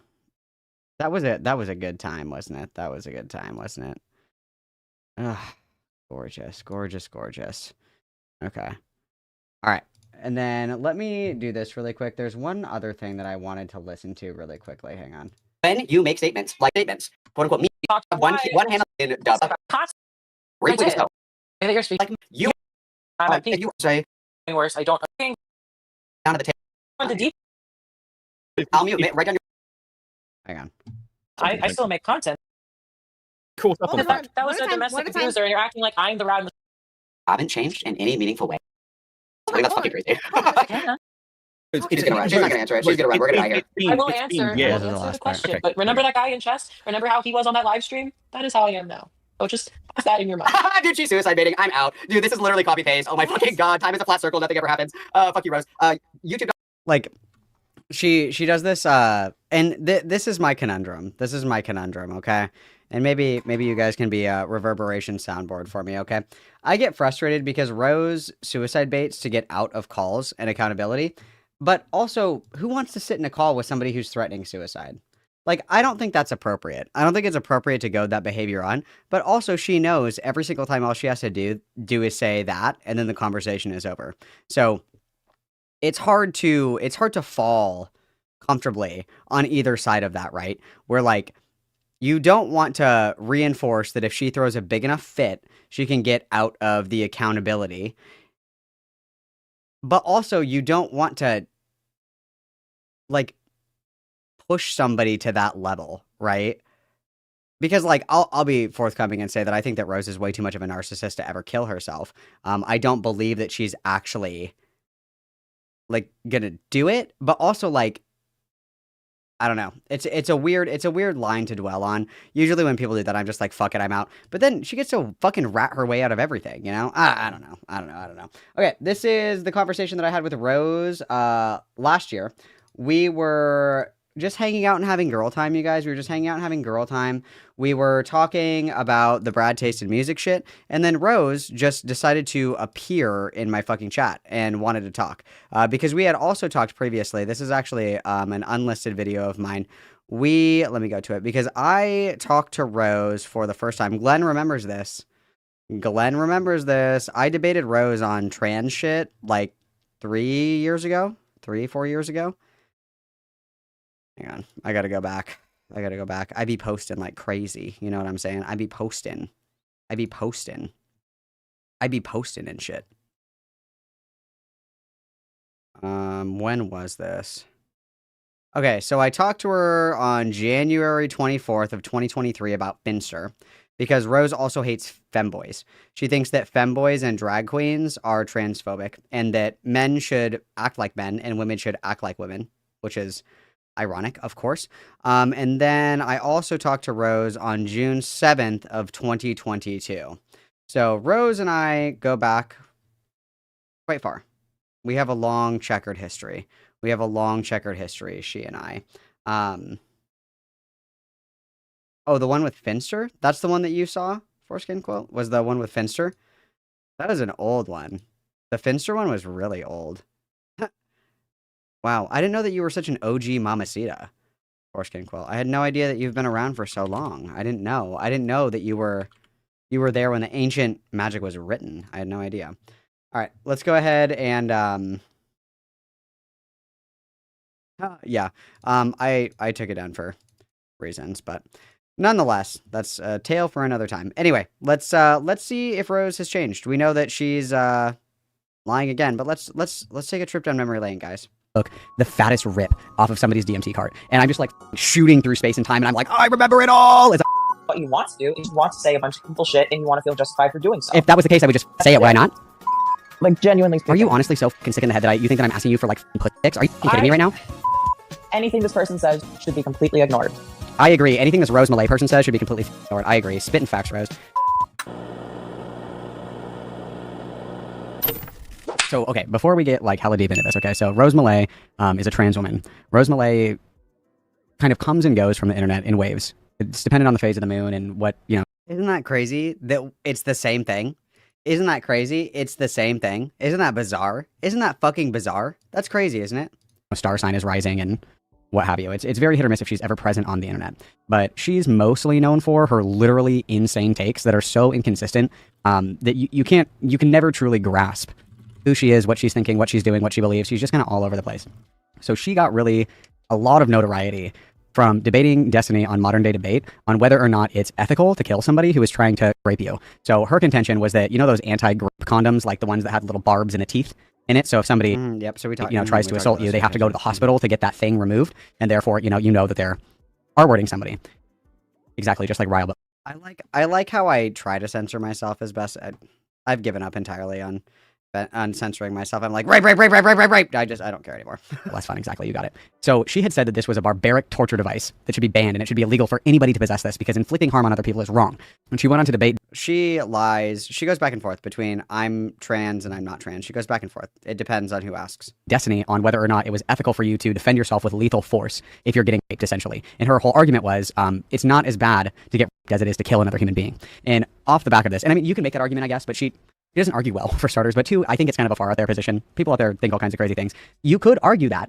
Everybody's going to look at you like you're fucking high, but you can argue that. So that isn't even really the issue. One is the way that she argues it. And then two, it came out that she had like weird fantasies. True. So she, as a trans woman, she would openly say, you know, it would be really validating for me to get raped, or I think that it would make me feel like a woman to get like or raped or like sexually assaulted. So that tied in with the weird fucking take and then arguing it poorly. And then obviously off of the back of that, people were happy to dump all the crazy shit they've ever seen her say. She says weird shit about femboys. She says weird shit about other trans people. Yeah, so we got that. She's going to have the bad. Like, everything else she says might be every once in a while. You're like, damn, there aren't any like redeemable qualities, okay? And her most like claim to fame is that she made a viral TikTok sound. This guy is very correct. We should listen to him. I forget what it's called. I'm sure that it's on her. It's called Simp Nation. I remember now. Her YouTube, but she made it a viral TikTok sound that got like 1 million views. She doesn't work. She's never like 2,000. In some people, genuinely. So let's wait for Rose to. The path is called building. Oh wait, we're gonna say you're entitled to your wrong opinion. I think that she's being 100% serious, and she is truly this dumb. Some people disagree with my take. That's okay. You're entitled to your wrong opinion. That's completely fine. I, for one, think that she's being 100% serious. So we're gonna start with this video here. Yeah, you can say like, oh, actually, I listed all the people I've debated with. Okay, so this is when she was talking to Chud. The path is called building a resume. It's building a resume. She's building a resume. People apply for every other job, and it works. This is a two-parter, so I'm going to read the two parts to you. So the first thing you say, I may be true scum, but that's truly a scummy thing to do. You just That's a banger. That's a banger right there. Like, I'm not armchair diagnosing anybody, but I remember this video was how old? It was 2 years old. I remember hearing this, and I was like, she's manic right now. Like, she's either high or she's manic. Like, and little did I know, that's just her baseline. Silly me. There's just something not right here. There's just something wrong. There's a critical piece of the human puzzle missing. Okay. And then, you then went on to say this. Okay, go on. Okay, you said this. I'm fully on your side, by the way. False allegations are the worst, and I'm so sorry you have to deal with this. And mind you, when Rose was trying to get Xander Hall to debate her a second time on Rapegate, she was responding to, this was when Thought Slime accused Xander Hall of having, a sex slave cult. So Xander Hall was trying to respond to allegations that he was running a sex cult. And Rose was like, hey, do you want to debate about rape? You can't write it. You can't write it. You can't write it. She's like a creature. She has no shame, dude. I'd love to talk to you, by the way. I don't know if you've been following, but I've made a name for myself by talking to Vosh, Destiny Peffels, Santa Avalone, Dylan Burns, etc. Yeah, I just said that I agree with him. That's all I said. I said that I agree with him, and I'm siding with him. I'm taking his side in the allegations. Well, okay, do you really think you're being cancelled? No, not really. Yeah, I thought that was What's the problem? funny. If you love When did she come in? Add that he ate an ant. Okay, if Yeah, I cringe at myself too. Okay, that's why I say not hard enough, apparently. You don't have ever have a bad day and you like fake your fucking death on Twitter.com? You guys ever just have a bad day? Where is Keith? Where is Keith? We need Keith. Keith, it's Learn from this. get into it. Attention stuff. No, it's not. Cycle. It's not. probably. That's When does she pop up in the beginning? Actually, somebody else. But we're gonna get into all that. Her longer than most people, and I've abandoned her for the same. You can give. Where does she join? $1,000 cash, and they'd be like, "Thanks," but also, wouldn't it be better if Rose herself showed this? I know you follow me on Twitter. Here we go. Didn't follow you. It's how you grow. You can't fucking clout shark. Have you been saying crazy shit lately? Have those fucking platforms? If you're a shitty person, your friend's just fucking sweeping for you, isn't gonna do it. Rose, you have a Twitter, right? Let's see. Have you been saying crazy shit lately? Have you been saying crazy shit lately, or are you off that crazy shit? Are you off the perk? Are you off of the perk, or are you still posting unhinged shit? Okay, we're gonna watch this little clip right here, you guys, and then I'm gonna smoke a cigarette and then we'll talk to Rose. Okay, coveted content. Say some things that sound alarming. I just want you to know that I'm okay and not to worry about me. I want to read the transcript. I don't want to watch this. Okay, the past 4 years, attention has been hard my way and asked for. It's very rare to have one day tell you that they're advocating for you so strongly and so publicly, and then tell you it's not okay to make mistakes the next. I've come to the realization that I genuinely don't think there was anything that I could have done that prevented this. I could have done everything correctly, responded in the most mature way possible, and the outcome would still be the same. And this is all the Brad shit. Boring. So what do you want to talk about? I don't know exactly what you covered on stream because I didn't watch most of it. That's okay. Did you want your camera on or no? No, if that's okay. Yeah, I don't care either way. I was just curious. Okay. Well, hey Queen, long time no talk. How have you been? Dude, I told you! She's like fucking Beetlejuice. I fucking told you guys. You say her name 3 times and she appears in your fucking YouTube chat. Oh my god. Dude, I can predict the future. I fucking told you guys. That's so funny. I can see all timelines at once. What does Jigsaw say?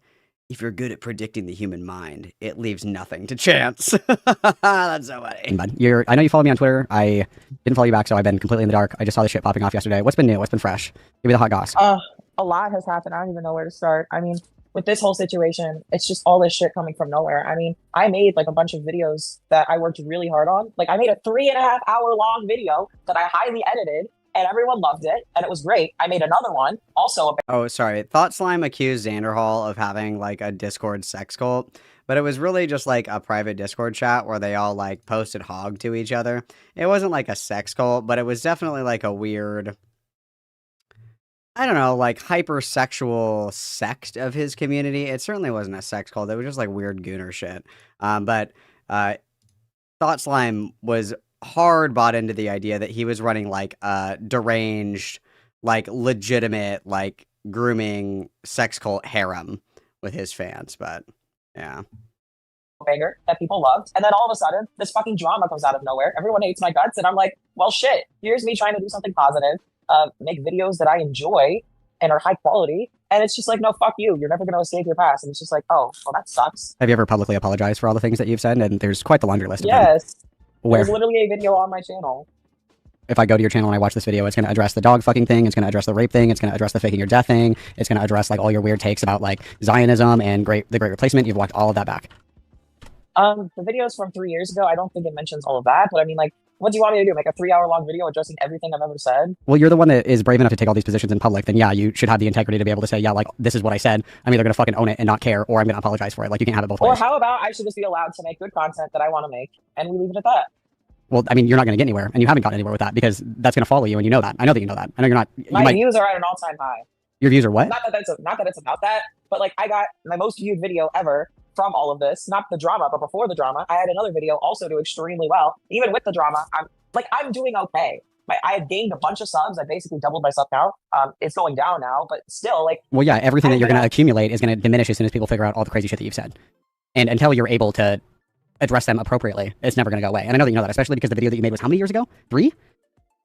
Yeah, I made it 3 years ago, but it's like the thing is, if I make another one, people are gonna want me to make another one after that, and it's like, okay, I'm sorry, but it's like that's a little insane. How about just let me do the content that I enjoy? And like, you see what I'm saying? This, how much do we have left of this? There's like an hour and 10 minutes left of this conversation. Yeah, we're making an apology video from 3 years ago. 3 years ago. And we're still, like, at what point are you like, no, it's actually kind of fucking weird that everybody has this perception of me. Maybe there's something that I'm doing. You know what I mean? Everybody thinks that I think rape is hot. Why does everybody seem to walk away with this impression of me? Could it possibly be something that I'm doing? No, of course not. Not me at all. Not me at all. We've come so far, yet barely moved at all. It's insane. Rose was in here. I'm sure that she's just lurking now. Queen, you're always welcome to have girl time with me. You're always welcome, Rose. Never change. Love ya. Let's move on with that. If people aren't going to let people move on, that's their problem. Well, people are happy to let you move on if you actually, like, give a fuck and you're like... But I don't believe that. They're fucking lying. You have two options. Ever, and people would not give a shit. And that's just the reality that people don't want to accept. You have two options. One, you can be unbothered and not give a fuck and say, yeah, actually, I do think that dogs should be able to lick my pussy and I don't care. And I'm going to say it again. Oh. Or you have to deal with the consequences. You have to do one or the other. You have to deal with the consequences of not apologizing or not walking back anything that you've ever said. Or... you can just, like, because it just should apologize. Be so fucking obvious that I don't agree with it. I don't need to make a video on It's that. obviously not fucking obvious when people unironically think that you want to fuck dogs. People genuinely think you want to fuck dogs. People genuinely think that you think it's hot. That's their You fucking said it, bro. problem. You said it, bro. What are you talking about? Also, I think that was just some kind of joke. Like, it wasn't meant to be taken seriously. Jeez. You're really going to be like, I was just kidding. Okay, then yes, the tweet above that. Also, somebody last night did dog wars with Rose Malay. Nightmare fucking crossover. Nightmare fucking crossover. What breed of dog do you think that she would pick? Morale said that he thought that Lio Convoy would pick a Saint Bernard for dog warts. What kind of dog would Rose Malay pick for dog warts? Discuss. That's its hashtag make rape legal. Then stop getting butthurt. Then stop getting butthurt. You have to either accept the consequences of it or shut the fuck up. Thank you for the membership, Keldoge. Happy to see you, bud. Hope that you're well. Hope that you are well. Call-ins are open, guys. Call-ins are open. Okay, call-ins are open. Discord, there is a voice chat titled Stream Call-ins. If you want to yap, it's in there, okay? And we will make room for our queen if she wishes to speak. Up and stop talking like that. Those are your options. Oh my god, that tweet is from how many years ago? The screenshot that I just looked at said that was from 7 hours ago. What are you talking about? What was from 7 hours ago? The one that I just showed on stream, the one that fucking Brad replied to, it was from 7 hours ago when you said, how come gay guys can lick each other's assholes, but my dog can't lick my pussy? That tweet was not from 7 hours ago. Okay, then when was it? When was it from? Like, share your screen and open your... share your screen with me on Discord and open your Twitter. Let's see if you've been saying crazy shit lately. Or if this is all just in the past and people are moral frogging over shit that you said forever ago. I'm mostly just talking about the fucking drama. Okay, but so you love talking about the drama, just not when you're in it. How come you can talk about other people's drama, but they can't talk about yours? And then Aiden pointed this out last night as well, and this is something that I failed to consider. When she's doing this, she's stalling. And I failed to contemplate this. In hindsight, it's 2020. But when she does this, she's stalling. So in hindsight, listening to this, I believe that when she's running me around the rat race like this, she's deleting things. I think that's what she's doing right now. Because if you is we continue on, and if you go back and you listen, I encourage you guys to go to K-Huck's YouTube channel, and you can watch the full VOD from last night. I'm not going to have my segment done until probably Friday or Saturday, so I encourage you guys to go watch the full VOD on K-Huck's YouTube channel. Give K-Huck the views for hosting such primo keynote content for us, okay? But in hindsight, I believe that when she does this, and you can hear her do it, I think that she's stalling. I think she's either looking something up, she's looking for something in specific, she's trying to think of an answer, or she's deleting stuff. So in hindsight, when we were having this conversation, I think that she was purging her Twitter. That's what I think that she was doing. And all the crazy shit that you say. What I'm saying is people can talk about it, but just like let me move on, and things are never gonna get better if everyone's obsessing on my past and constantly making me relive the worst shit in my life. Yeah, I mean, well, then apologize. Apologize for it. Fucking sense to realize that I don't believe that stupid shit. Then don't say it. Like, you can apologize for it and then stop saying shit like that. 5 years ago. Yeah, it's the internet. People don't forget. Welcome to the fucking internet 101. You want to be an influencer, right? You want your subs to explode? Do you think that if you have 100K subs, people aren't going to dig harder for worse shit that you've said? What would they find that they already haven't found? Bro, I don't know. You made a fucking tweet about how you think that dogs should be able to lick your pussy. I'm sure that there's way worse shit in your closet than that. Joke. Even if it was a joke, you're this twisted over it. And there was certainly something worse than that, and it was the Jew tweet. Stupid fucking joke. Okay, let me ask you this. Let me ask you this then. When you said that scared me. Those anti-rape devices, that those should be illegal, was that a joke or were you serious? That wasn't a joke. Okay, see, so you say crazy shit all the time. How is anybody supposed to know if you're serious or not? Especially when you don't clarify and you're not willing to clarify. That's half the problem. I mean, I don't know. Like I said, I don't, like, what does that do for me? And the people aren't going to suddenly like me again. Okay, well then just log off. Like, you're like walking into a rake over and over again, and you're like, why the fuck is everybody hitting me with a rake? And it's you. My fucking human right. You don't have a human right to make fucking YouTube videos, bro. No, you don't. It is my human right for you guys to give me money right now. I have to get a new laptop. My laptop ate shit. So I need a new laptop. So it's a human right. A laptop is a human right. A MacBook Air M2 is a human right. Come on, fork it over. Come on. Come on. Come on now. Don't be shy. Fork it over. No, but seriously. My MacBook is from 2011. And when I asked them if they could refurbish it, they said, we don't service vintage models. And I was like, right. Got it. I literally spent a month of my life perfecting that video, and everyone loved it, and now all this fucking bullshit's going on. Well, then address it, or... You guys, this is not a drill. This is not a drill. This is not a drill. They're making a new Evil Dead movie. Everybody stop. Everybody stop. Everybody stop. Stop! Everybody, nobody move. Nobody move. Nobody move. Nobody move. Nobody move. Is this real? Am I getting gaslit? No, it's real. It's real. Oh my god, it's real. Oh my god, you guys, it's real. You guys, it's real. Guys, it's real. Guys, it's real. Guys, it's real. Oh my god. Oh my god. Oh my god. Oh my god. Oh, I'm gonna come. Is this a real fucking trailer, though? They told me the book was gone. Burned to ash. But they lied. No, this is a fan trailer. This is a fan Hear trailer. it breathing. Fan trailer. But it is coming. Look. Look. Look. Look. Look, guys, look. Look, guys, look. Look, it's coming. It's coming. It's coming. Ooh. Ooh. I need a new Evil Dead movie real bad. New Evil Dead. Sorry, that was terrible of me. I'm so sorry. Okay, thank you for the 5 for my human rights tax. Thank you so much, everybody. Also, don't mind the dog. I don't know what he doing. Don't mind the dog. I don't know what he doing. Okay, sorry, let's continue. Or fucking get over it. Those are your options. You don't really have anywhere else to go. You can address it and say sorry and say I'm not going to make fucking stupid jokes about fucking dogs anymore, which horrible joke, by the way. Or you can just deal with it. Oh my god. Or you can just deal with it. Those are your options. You can apologize or you can just be like, whatever, I'm not going to let it bother me. Those are your options.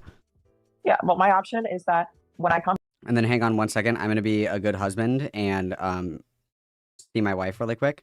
I'll be right back. I'll be right back. I need to see my wife real bad.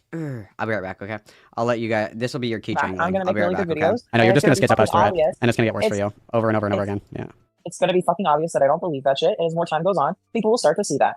I don't need to make a video addressing everything I ever said. And if I did, it would convince absolutely no one. It'd be a waste of my time, and people would hate me even more for it. Do you feel guilty at all that you're like dragging down this guy's fucking career because you're like your ego is so big that you can't apologize on your fucking like 2,000 sub YouTube channel? Do you feel guilty about that at all? You're misunderstanding the situation. What am I misunderstanding? You're misunderstanding that this guy knew me, was aware of all of this shit, and was like really hardly campaigning for emotionally supporting me through all of this, understanding everything about me, that I'm a really cool person outside of this. And now because of public pressure, he has to hate my fucking guts. And he's not even there for me when I'm going through all this shit. So you're mad at him because he's not supporting you because you conveniently left out all the crazy shit that you said in your guys' friendship. And now he's taking the heat for it. And you don't feel guilty about that at all. Anything. He knew about all this shit. Did you watch my recent video? So you don't feel guilty at all that he's taking all this heat for you for no fucking reason. You don't feel guilty at all. What happens is that he was super defensive towards me, like made 10 tweets basically defending my guts, and then basically in private said that it's okay if I make mistakes, that he's here for me, he's advocating for me, all of this shit, only to a day later act like I'm the worst fucking person ever. Is it possible that like maybe you did say like the worst shit fucking ever and he trashed his fucking reputation defending you and you can't even say like my bad? Yeah, and you don't care. You genuinely don't feel guilty. The only thing that changed, I'll take that as a yes that you don't feel guilty. Is that people got mad for him simply promoting a positive video that I made. It was really fucking stupid. So, okay, so I'll take that as yes, you don't feel guilty. I'll take that as a yes, you don't feel guilty at all. Me trying to fucking move forward in my life and make content that I'm proud of is not something to be fucking mad at me for, and people are being fucking idiots. I'm sorry. It's just facts. They are creating this shit. That's what they don't realize. I'm actually trying to do something positive, and they're just like, no, I don't give a fuck. Fuck you. That's literally what's going on. Okay, so you don't feel guilty. I'll take that. And they're lying to themselves if they don't see it, because it's obvious. Do you think that, like, do you truly think that your mental illness excuses this behavior? And what mental illness do you even have that compels you to act like this in public? Why is that any of your business? Well, because Brad was defending you on the grounds that you were mentally ill, you're unsupported, you have no supports in your life. And to my understanding, and again... Yes, and that's all true, and that's all I need to say. Okay, cool. So you do genuinely think that your mental illness excuses this from you. So did you lie when you were talking about a couple of years ago about how your parents are like super fucking rich and you have a silver spoon up your ass and you're a trust fund baby and you're never gonna fucking work and you got to transition at a really young age and that's why you're so happy, healthy, live, laugh, loving, and everybody else can go fuck themselves? Was that a lie? And your life is actually horrible and you've just been lying to everybody? I don't like talking about my personal life. Okay, so, well, you can just say yes or no. Was that a lie or not? The answer is that I don't like talking about my personal life. Okay, so I'll assume that was a lie. Is it true that you lied about having bottom surgery? I do not like to talk about my personal life. That's not a yes, that's not a no. That's a, how about you respect my fucking privacy? How about that? Because you have attacked people in the past over not being trans enough because they didn't get bottom surgery, and it's been revealed now that you have lied about having bottom surgery. Is that true? Like I said, it's none of your fucking business. Okay, well then don't attack people on those lines and it won't be anybody's business. Like if you didn't want to talk about it, you shouldn't have attacked everybody and said, oh yeah, I'm an actual real trans person because I got bottom surgery and then like lie about that. You shouldn't go down that line of attack if you don't want that brought into the conversation. Like I said, it's not a yes, it's not a no, it's a respect my privacy. Yeah, like I said, don't attack people on that and it will remain private. You didn't have to do that, but you chose to make a lot of content attacking other people for not being trans in the way that you are, which weird how that always comes full circle. And also, the person who you're getting that information from, just so you know, the screenshot of the thumbnail that person made of me is photoshopped, and you can see that because the dates on the very bottom of the last message are from the date that it actually happened, and everything else above it is doctored. So this person has lied about a lot of stuff. She has she's done so much horrible shit. I don't even want to get into it. But the person you're getting that information from is very much not a good person. So, well, I mean, I don't think that you're a good person. So does that mean I should not believe anything that you're telling me and assume that you're lying? It's different. Oh, it's different. It's different when you lie. Okay, got it. No, it's. So what is your plan moving forward with all this? Like, what is the goal here? Like, you're just gonna let Brad drown? The plan I assume moving forward. You're gonna let Brad drown and co-post it. Brad let me fucking drown. That's what you don't understand. How did Brad let you drown, bro? He literally threw his whole fucking body onto the fucking bomb for you, and you let it fucking explode. Also, the thing that I think is hilarious about this as well is that Rose will be like, that's private, but she's the one that brings it up. She's like, guys, I'm so mentally ill. That's the reason why I think that rape is hot. And then you're like, oh, you're mentally ill. What do you mean? And then she's like, it's private. It's private. What are you gonna do? Call HR, grow up. Rip the room up with his fucking guts attached to it. Also, Keldoge is like, did you watch my most recent video? And then he streams for 8 hours. Keldoge, no, I did not watch your 8-hour live stream. Love you, King. I did not watch your 8-hour live stream. No, that was you. No.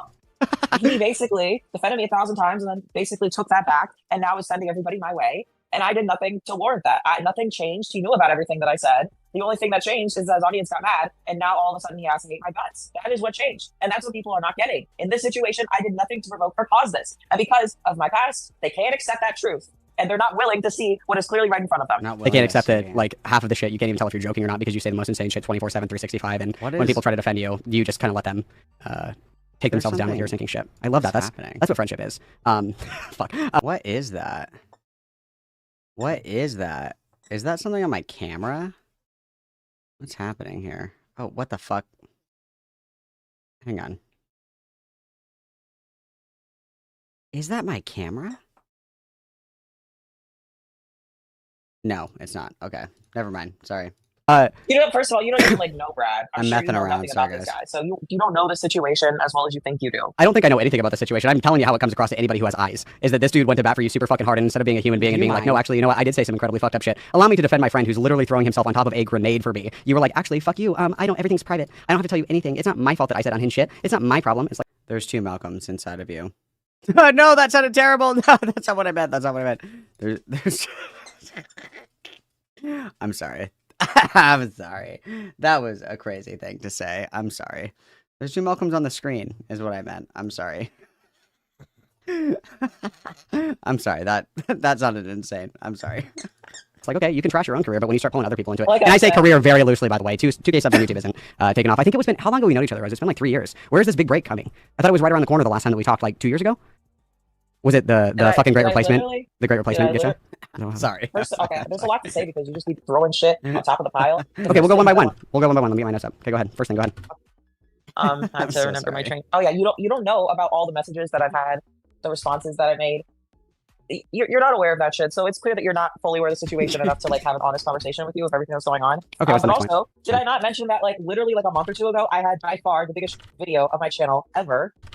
Like that blow up, this is the blow up, and the blow up is continuing. I can't say what's going on, but I'm telling you, the blow up is going to get even crazier. Your biggest blow up was your 85K view video, and then you have what, 15K, 900, the 6.91. What I'm telling you is that people, if they knew what was going on, they would lose their shit. They cannot believe how high the blow up is going to go in these next few months. Dude, you said that like the exact same thing to me almost 3 years ago. That's crazy. Well, what I'm saying is like, all I'm going to say is you're going to see me around, and when people see America's Most Wanted. your jaw is going to fucking drop. Yeah, America's Most Wanted. Okay, those were your 2 points. Did you have anything else you wanted to add to that? You said that I was just like throwing shit at the wall. Was there anything else in order that you would like to go over, or can I respond? You can respond. Okay, so you said you don't know all about all the messages and all the responses that I made. Is that in response to all the weird shit that you've said over the years? Is that what that's referring to? No, I mean about the situation. You're more focused on the shit from years ago and not literally what's going on right now. Okay, then prove me wrong. Share your screen, open your Twitter, or unprivate your Twitter and let me see it. There's worth of lore. There's so much lore. Either unlock your Twitter and send me a link to it so I can look at it right now, or share your screen on your phone and I'll pull it up on stream. Watch my newest video on my channel or something like that. Well, if you're not acting like this anymore and this is old shit and I'm dredging up old shit, it should be really easy for you to pull up your phone and show me right now that you're not posting unhinged shit on Twitter right now. My Twitter is literally nothing. There is like nothing there. Okay, like, then show I'm me. literally just talking about drama. Excuse me. Okay, then show me. Because my understanding, you were going on like Zionist white replacement shit, like not even 2 weeks ago. Okay, so is that true? That wasn't 2 weeks ago because my Twitter's been private for 2 weeks, or it's been private for over. Okay, when were you going on the Great Replacement theory and the fucking Zionist bullshit? How long? Why is one of the recommended tabs on YouTube evil? I have all music, podcast, gaming, news, evil, live, film criticisms. Why is evil on there? That's kind of weird. How long ago was that? And it's not just that you have opinions about Israel. The date of everything I ever said, I don't fucking know. So I'm asking you very clearly. In the last, let's say in the last 6 months, have you been posting crazy shit? In the last 6 months, and I'm not talking about political things where you're like, I agree with Israel or disagree with Palestine or whatever. Saying like the unhinged shit that you normally go off of, where it's like these people should be like, you know, fucking locked away for life. Like I'm talking about that caliber. Have you been talking like that in the past 6 months? I've actually been a lot tamer than people realize. Okay, that's a yes or no question. Have you been posting unhinged shit like that in the last 6 months? I would personally say no, but I think there are other people who would say yes. Okay, then give me your unprivate your Twitter and send me a link or share your screen. Do one of the two. I am private for private like reasons. I mean, I don't want to share my screen, but I can like screenshot the tweets and shit. But there's no. This is all I can think of when I'm evil. I'm evil. This is my favorite video. You guys, hang on. Stop. Pause it. Stop. Pause it. Stop. Okay, hang on here. Let me turn this down a little bit because I'm sure this is gonna blow your fucking eardrums out. Energy drink queer or an iced coffee queer? Bisexuals, I know you're gonna. I'm evil. I'm evil. I'm evil queer. Oh, this video haunts my dreams, bro. Haunts my dreams. I'm evil. Nothing to see. Apparently, there is. That's why it'd be so easy to just be done with this and be like, look, Malcolm, here's an example of me being a good noodle. See, as you can see here, I have not been saying crazy shit about fucking dogs and rape being hot and all this weird shit. I haven't been doing that, Malcolm. Here, you can see. Instead, you're like, it's private. And I know that you know that I know that you have been posting that fucking crazy shit. I'm not stupid. Do you want me to send you like 1,000 screenshots so you can look through all the tweets? I want you to either unprivate your Twitter or I want you to share your fucking screen and scroll through your Twitter for me. Those are the two. Just scrolling through the Twitter, I guarantee you, it's all talking about the drama. That's all that there is. Oh my god. There, like I said. Is the mental illness brain damage? Can you confirm that or deny that? Damn. That was a I'm crazy just curious. statement. You could not answer that. That was a crazy statement. Maybe I maybe I wasn't as nice as I remember. Oops. Well, you're not interested in actually having a conversation. It's apparent. What did you want the conversation to be? What did you think I was going to say to you? You know how I feel about you. What did you think I was going to say about you? It's not about that. It's Maybe I maybe wasn't you as can have nice the as I courtesy thought. to treat me like a fucking human being who's like worthy of respect. Do you think that I have to take a minute to pause to reflect on this really quick? The way that you talk about other people and the way that you have talked about other people in the past, were you considering them human beings when you were telling them that they weren't really trans, that they were disgusting, that they were like fake transgenders, that they don't deserve the same rights as you? Do you think that those were human beings in the way that you talk to them? Where was that respect? Where was that courtesy? Can you still hear me? Hello? Can you still hear Yeah, me? I can still hear you. Go ahead. Okay. I don't believe that shit anymore, and I haven't for years. But like I said, does that matter to you? No. Yeah, it does, because I think that if you were somebody who, one, was empathetic, two, just said like a dumb thing once or twice, and three, demonstrated that you don't behave in the same way, it'd be really easy for me to be like, oh yeah, I guess Rose doesn't act this way anymore. Because my impression of you, and everyone's impression of you, is that you are literally unhinged and deranged. That is everyone's impression of you. It's very easy for me to say like, oh, Rose doesn't act like this anymore. Cool. Wow, this guy's correct. This guy's correct. Yeah, true. I agree. Cool, like I can let it go, whatever shit happens. But you have a repeatable pattern of behavior. But that's literally not what you're doing. I haven't been like this, but you don't care about that. You Okay, literally good. have, from all the screenshots that I have seen for the last 6 months, yes, you have, and you refusing to say or show that you have not demonstrates to me that you're fucking lying. Because if you said to me, Malcolm, have you been saying all this crazy shit on Twitter for the last 6 months? You're on private. Have you really been saying this? I'd say, fuck no, I haven't. Here, turn on your fucking screen. I'll show you. I'll scroll through my Twitter. You can look at it. I'll unprivate it. Here's the link. Go look. I could send you like 50 screenshots right now if it makes you feel better. If you go to your Twitter, go to your profile, go to your replies, not just your tweets, go to your replies and screenshot all that shit and send it to me. Do that. How about this? How about you follow my Twitter? I accept your follow, and you can scroll yourself. Okay, cool. What's your Twitter? Link me. Currently inact 0. Can you say that one more time? I can't read. Currently inact 0. So notice it took like 15 minutes for her to give me this. I think it's because she was deleting stuff. In hindsight, that's what I think. Also, what do you guys think of this remix? Tell me your thoughts. Comment below.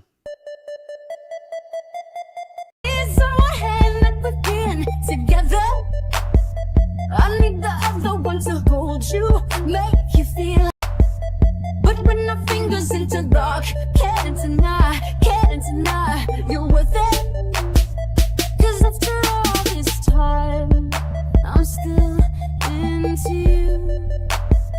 I should be over all the butterflies, but I'm into you. And baby, even on our worst nights. What do we think? Good? Good? Mid? Good? Love. It's all fucking. I would prefer if you didn't show it on stream though, because I am trying to like maintain privacy. Okay, I won't show it on stream unless you're saying something where it's like ISIS is based. How's that? Is that fair? Yeah, I'm not saying that shit. Okay. It's like literally. Oh my god. Okay, I just requested you. Yeah. Let me see this. And then you can like unfollow me as soon as you're done. I don't care. Oh no, we're staying to lurk. Okay, let's see here. You're staying to lurk. Just Okay. don't leak shit, okay? Fully believe. I think people give me. Like I said, I mean, you could rewatch that, but I'm like pretty confident that he said that. It's so crazy that you peaked like 2 years ago when everybody was literally just shitting all over you and you can't even see it. It's amazing. No, I'm literally moving on to bigger and better things. Like I said, Moving on. I'm more successful now than I ever have been, and it's keeping going up. Just trust that, okay? I took time to break on YouTube. Yeah, you've been saying that for years, Rose. Nobody's holding their breath. Don't worry about it. We all would have suffocated years ago. Like after all the drama stuff, I pretty much only released like a handful of videos in like a year and a half, and then I came back, and literally the first video I came back with was my most successful video ever. Wow. So all the people saying, "Oh, I fell off," no, I took time. What do you think our YouTube's at right now? Should we look? What do you think our YouTube is at right now? Let's see how we're doing. So we've got 3 point. I don't know why my YouTube. Do you guys? Does your guys ever do this? And look, it's Anthony's. Why is it Anthony's? Why is Anthony's banner flashing on? I don't understand it. Anyway, okay, so let's see how we're doing. Not well. Not well.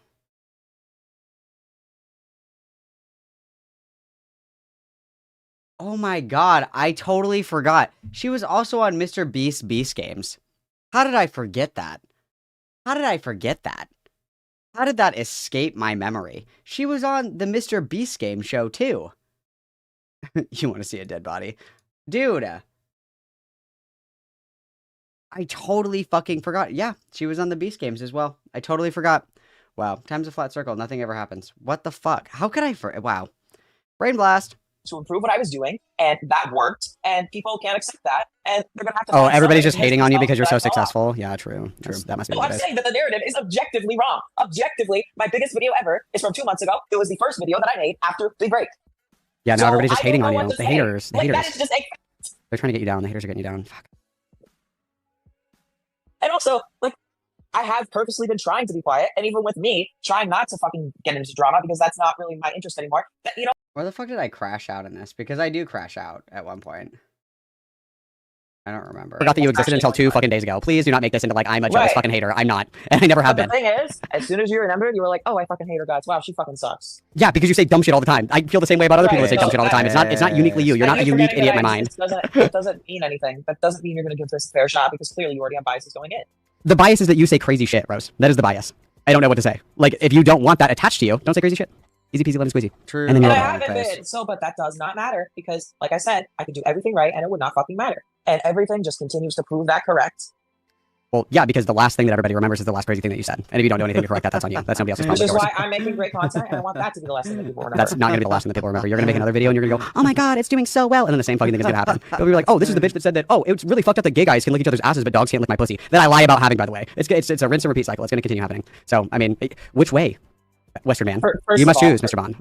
First of all, if you're trans and you're speculating on other, that's which really is what wrong. You did for years. So fuck you on that one for starters. Second of all, I don't fucking care because you're the one that goes at people sideways for that all the time, or at the very least you used to. So it's a taste of your own medicine. It doesn't feel good flinging it back.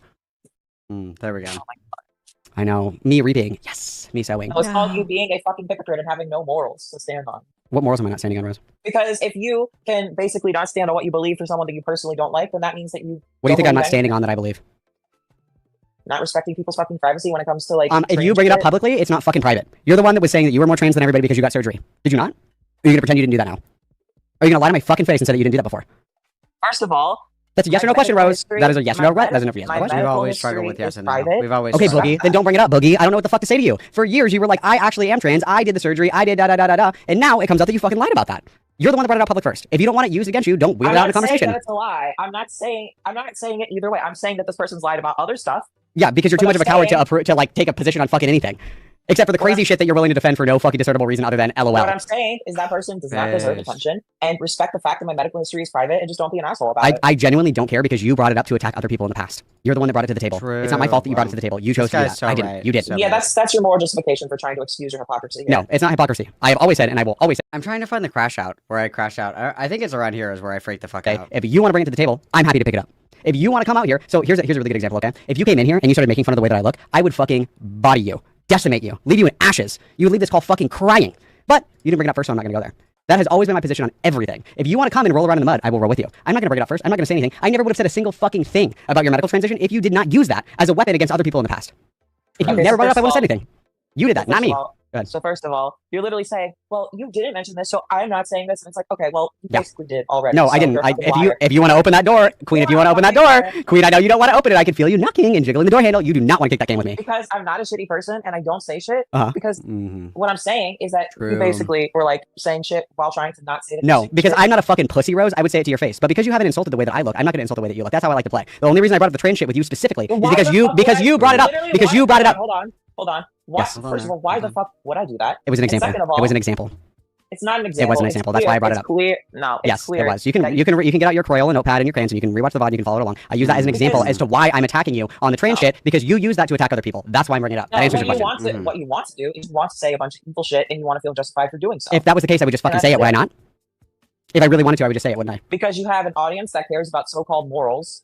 Again, the only moral principle that you keep, this faux intellectual shit is so boring. This faux intellectual shit is so boring, Rose. You should go back to rating your fucking shitty music or whatever. This doesn't work in your favor because you can't follow along. Because the point being is that I am attacking you specifically on your lying about getting bottom surgery because you attacked other people in the past for not having had bottom surgery. That's why I'm attacking you on it. If there's anything that I've said publicly to you to attack you, it's open line of defense, baby. Fucking come at me. Make fun of my transition.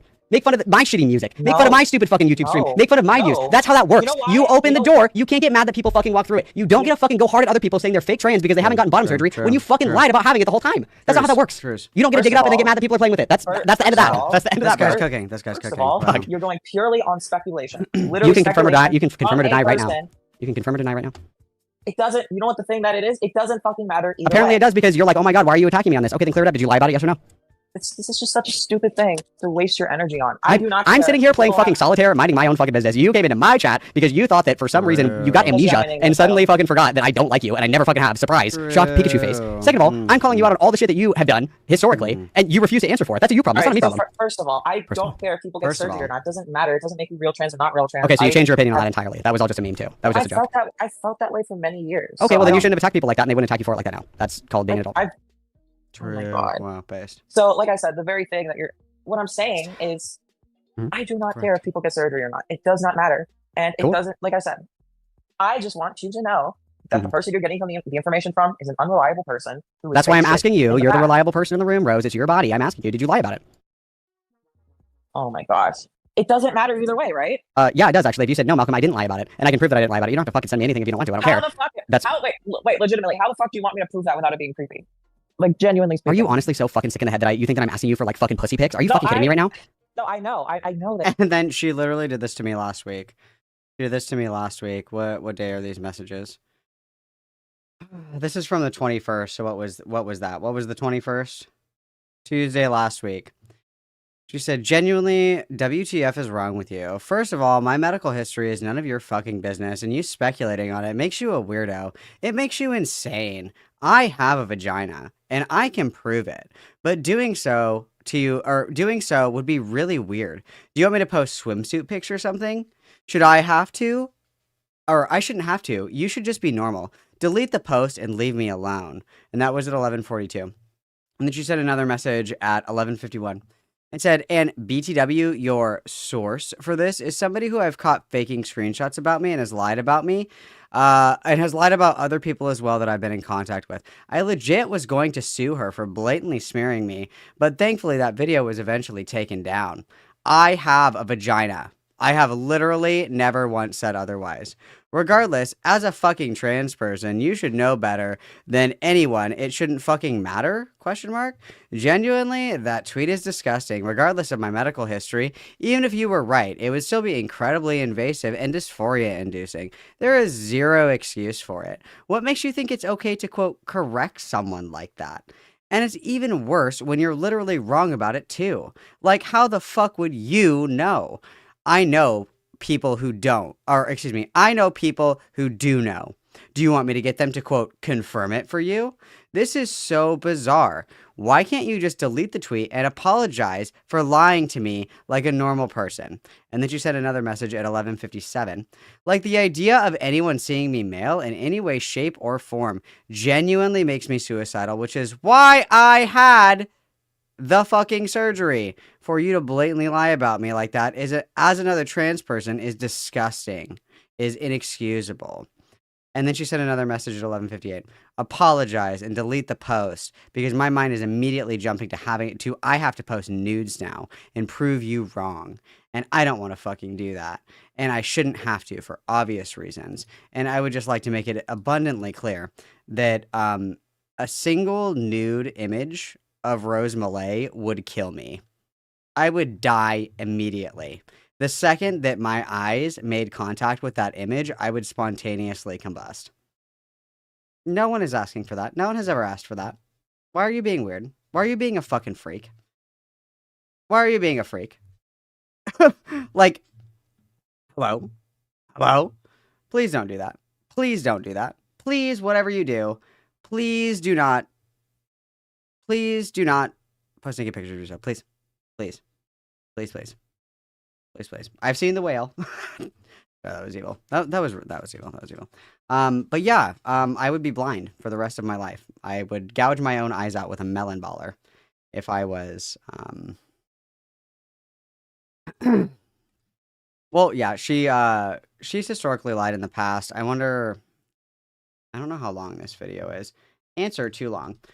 This is fun if you guys want to watch it. This is a fun one. What the fuck did that turn into? I thought I was having a debate about fucking non-binary people who's unironically a fascist. We're gonna be debating a true There's like TERF is like an acronym, so it's not like I don't think TERF is a slur. So this is way back in the day. This is from 5 years ago. And she talks a lot in here about other trans people and how non-binary people aren't trans, and if you don't get surgery, you're not really trans, and Femboys are disgusting. And then she eventually goes on to defend Nazism. And this is from 5 fucking years ago. Like, look at how young and youthful Xander Hall is. Kill you, and you fight back, and you end up like, I don't know, fucking. Oh, and we also get the rape in here as well. We get the rape debate in here as well. Either way, yeah, this is a treat. This is a fucking treat. If you guys, if you guys are bored, this one is crazy. Because I genuinely, I think that my patience, does not exist for people that attack with a certain line of attack, and then they get mad when that's sent in the opposite direction, right? So, for example, and there was someone in my DMs bitching about this. I got into it with Brianna Wu once, because I don't know if you guys know McMad, aka Clitler, aka Omnipooner, Oliver, if you will.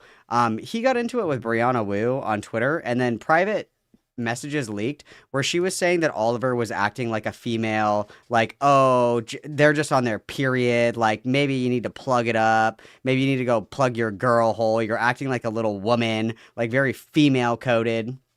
But if you tell Brianna that she's stomping around like a fucking, you know, like a male, like if she's acting male coded, oh my god, people are like, what did you, that's so fucked up, why would you, it's like, why the fuck would you come at somebody unprovoked? Why would you bring it there first and then get mad when somebody uses it against you?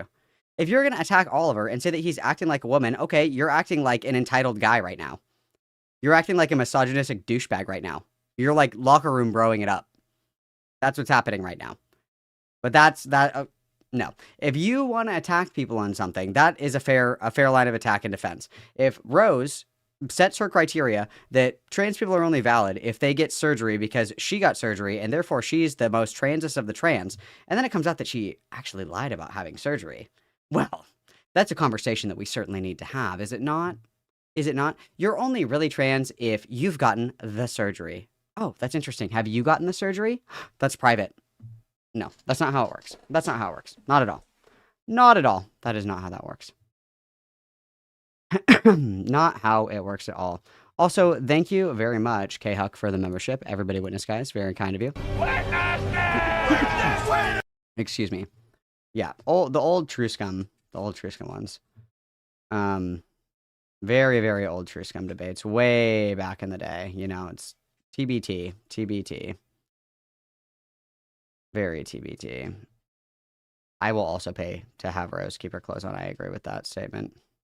Yeah, True Scum is like an info hazard for me. I can't tell you how bad that makes me want to die, just hearing that. Just hearing that.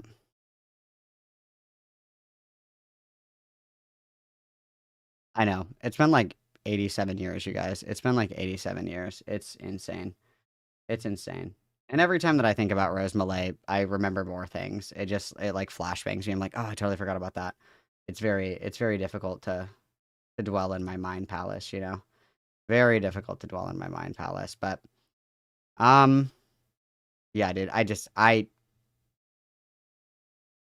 don't even know what to say. I don't even know what to say. I think it's really funny that she is attempting to get in on the I Love Kim Possible a Lot drama, and it is not surprising to me at all that she's entering on the side of KP. And let's be totally honest, they deserve each other. Like, there's not enough knives for how many times they're going to stab each other in the back over this. I'm praying to God that I don't speak this into existence. So everybody pray with me. Everybody pray with me really quick. Don't ever let her find out about Lorch. Everybody knock on wood. Find the nearest wood. Knock on it. We're not. That would be the interdimensional merge that Chris Chan warned about. That would be something to witness. That would be something to witness. But yeah, she just loves to shove her foot in shit that she doesn't know anything about. She gets flamed, and then people eventually find out all the crazy shit that she said. They bring it up. She threatens to kill herself, crashes out, disappears, comes back. It's a very repeatable pattern. So I didn't mean to like elbow my way onto K-Huck's podcast, but I was like, it is insufferable for me to listen to Rose put on like her 1 HP voice and pretend that she is not like the most mentally unwell person that I've ever had the displeasure of interacting with in my life. Because, you know, to the untrained ear and the person who is unfamiliar with the Rose MULET spiral, she can be quite convincing. And so I was like, I I failed on the I love KP front. If I would have actually read the messages that she sent me, maybe in another lifetime entirely, I could have talked her out of it. Maybe. Barbie and I both fell on the sword on that one. That was our bad, I guess. Collectively, we dropped the ball. But I knew that I could stop the next rose cycle. I knew that I could do it. And I had to. It was like a higher calling from God. I was like, I have to stop. I have to stop the second rose cycle. I have to intervene. It's like the butterfly effect, you know? Oh, yeah. Yeah. That was... Oh, no. Don't say too cute. Too cute. Ugh. Don't bring up the... Don't do it. Don't do it. Do people still use that word? Do people still say too cute and true scum? Is that still a thing?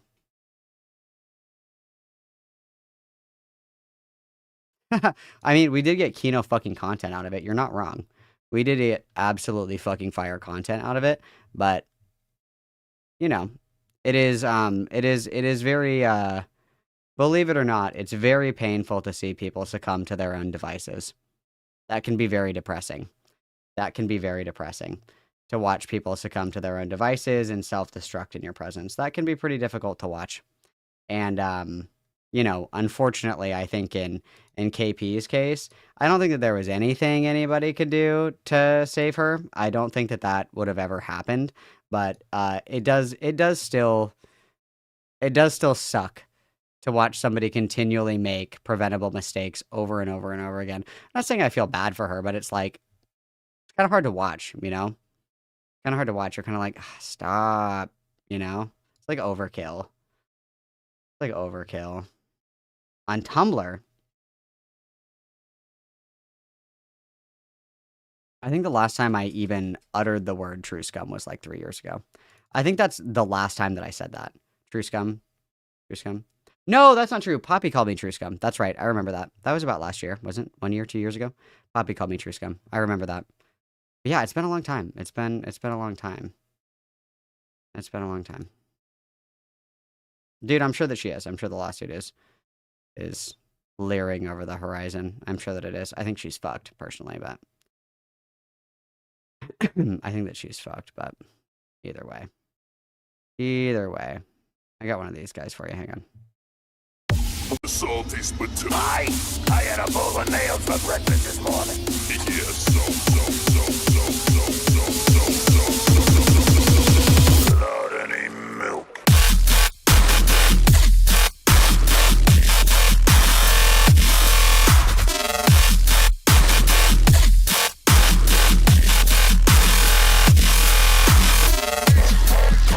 Don't you think that's a bit much? Come on.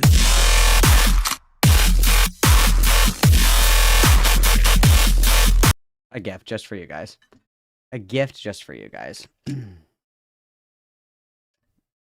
I don't know. She's somewhere. I don't know. Is there another word for transmed? Transmedicalist is the term. Transmed is just like the shortened version of it. Transmedicalist.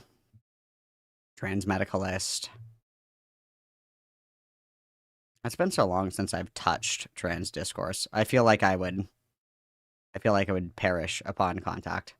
I don't think that I could do it. Oh, you're defining it. Sorry. Never mind. Yeah. I think that I would die, dude. I think that I would die. I don't think that I could handle trans discourse right now. Like, what do people even talk about right now? What is the trans discourse? Is it the same shit? The same conversation that we had 10 years ago? Is it the exact same one? Is that what we're talking about? The same shit?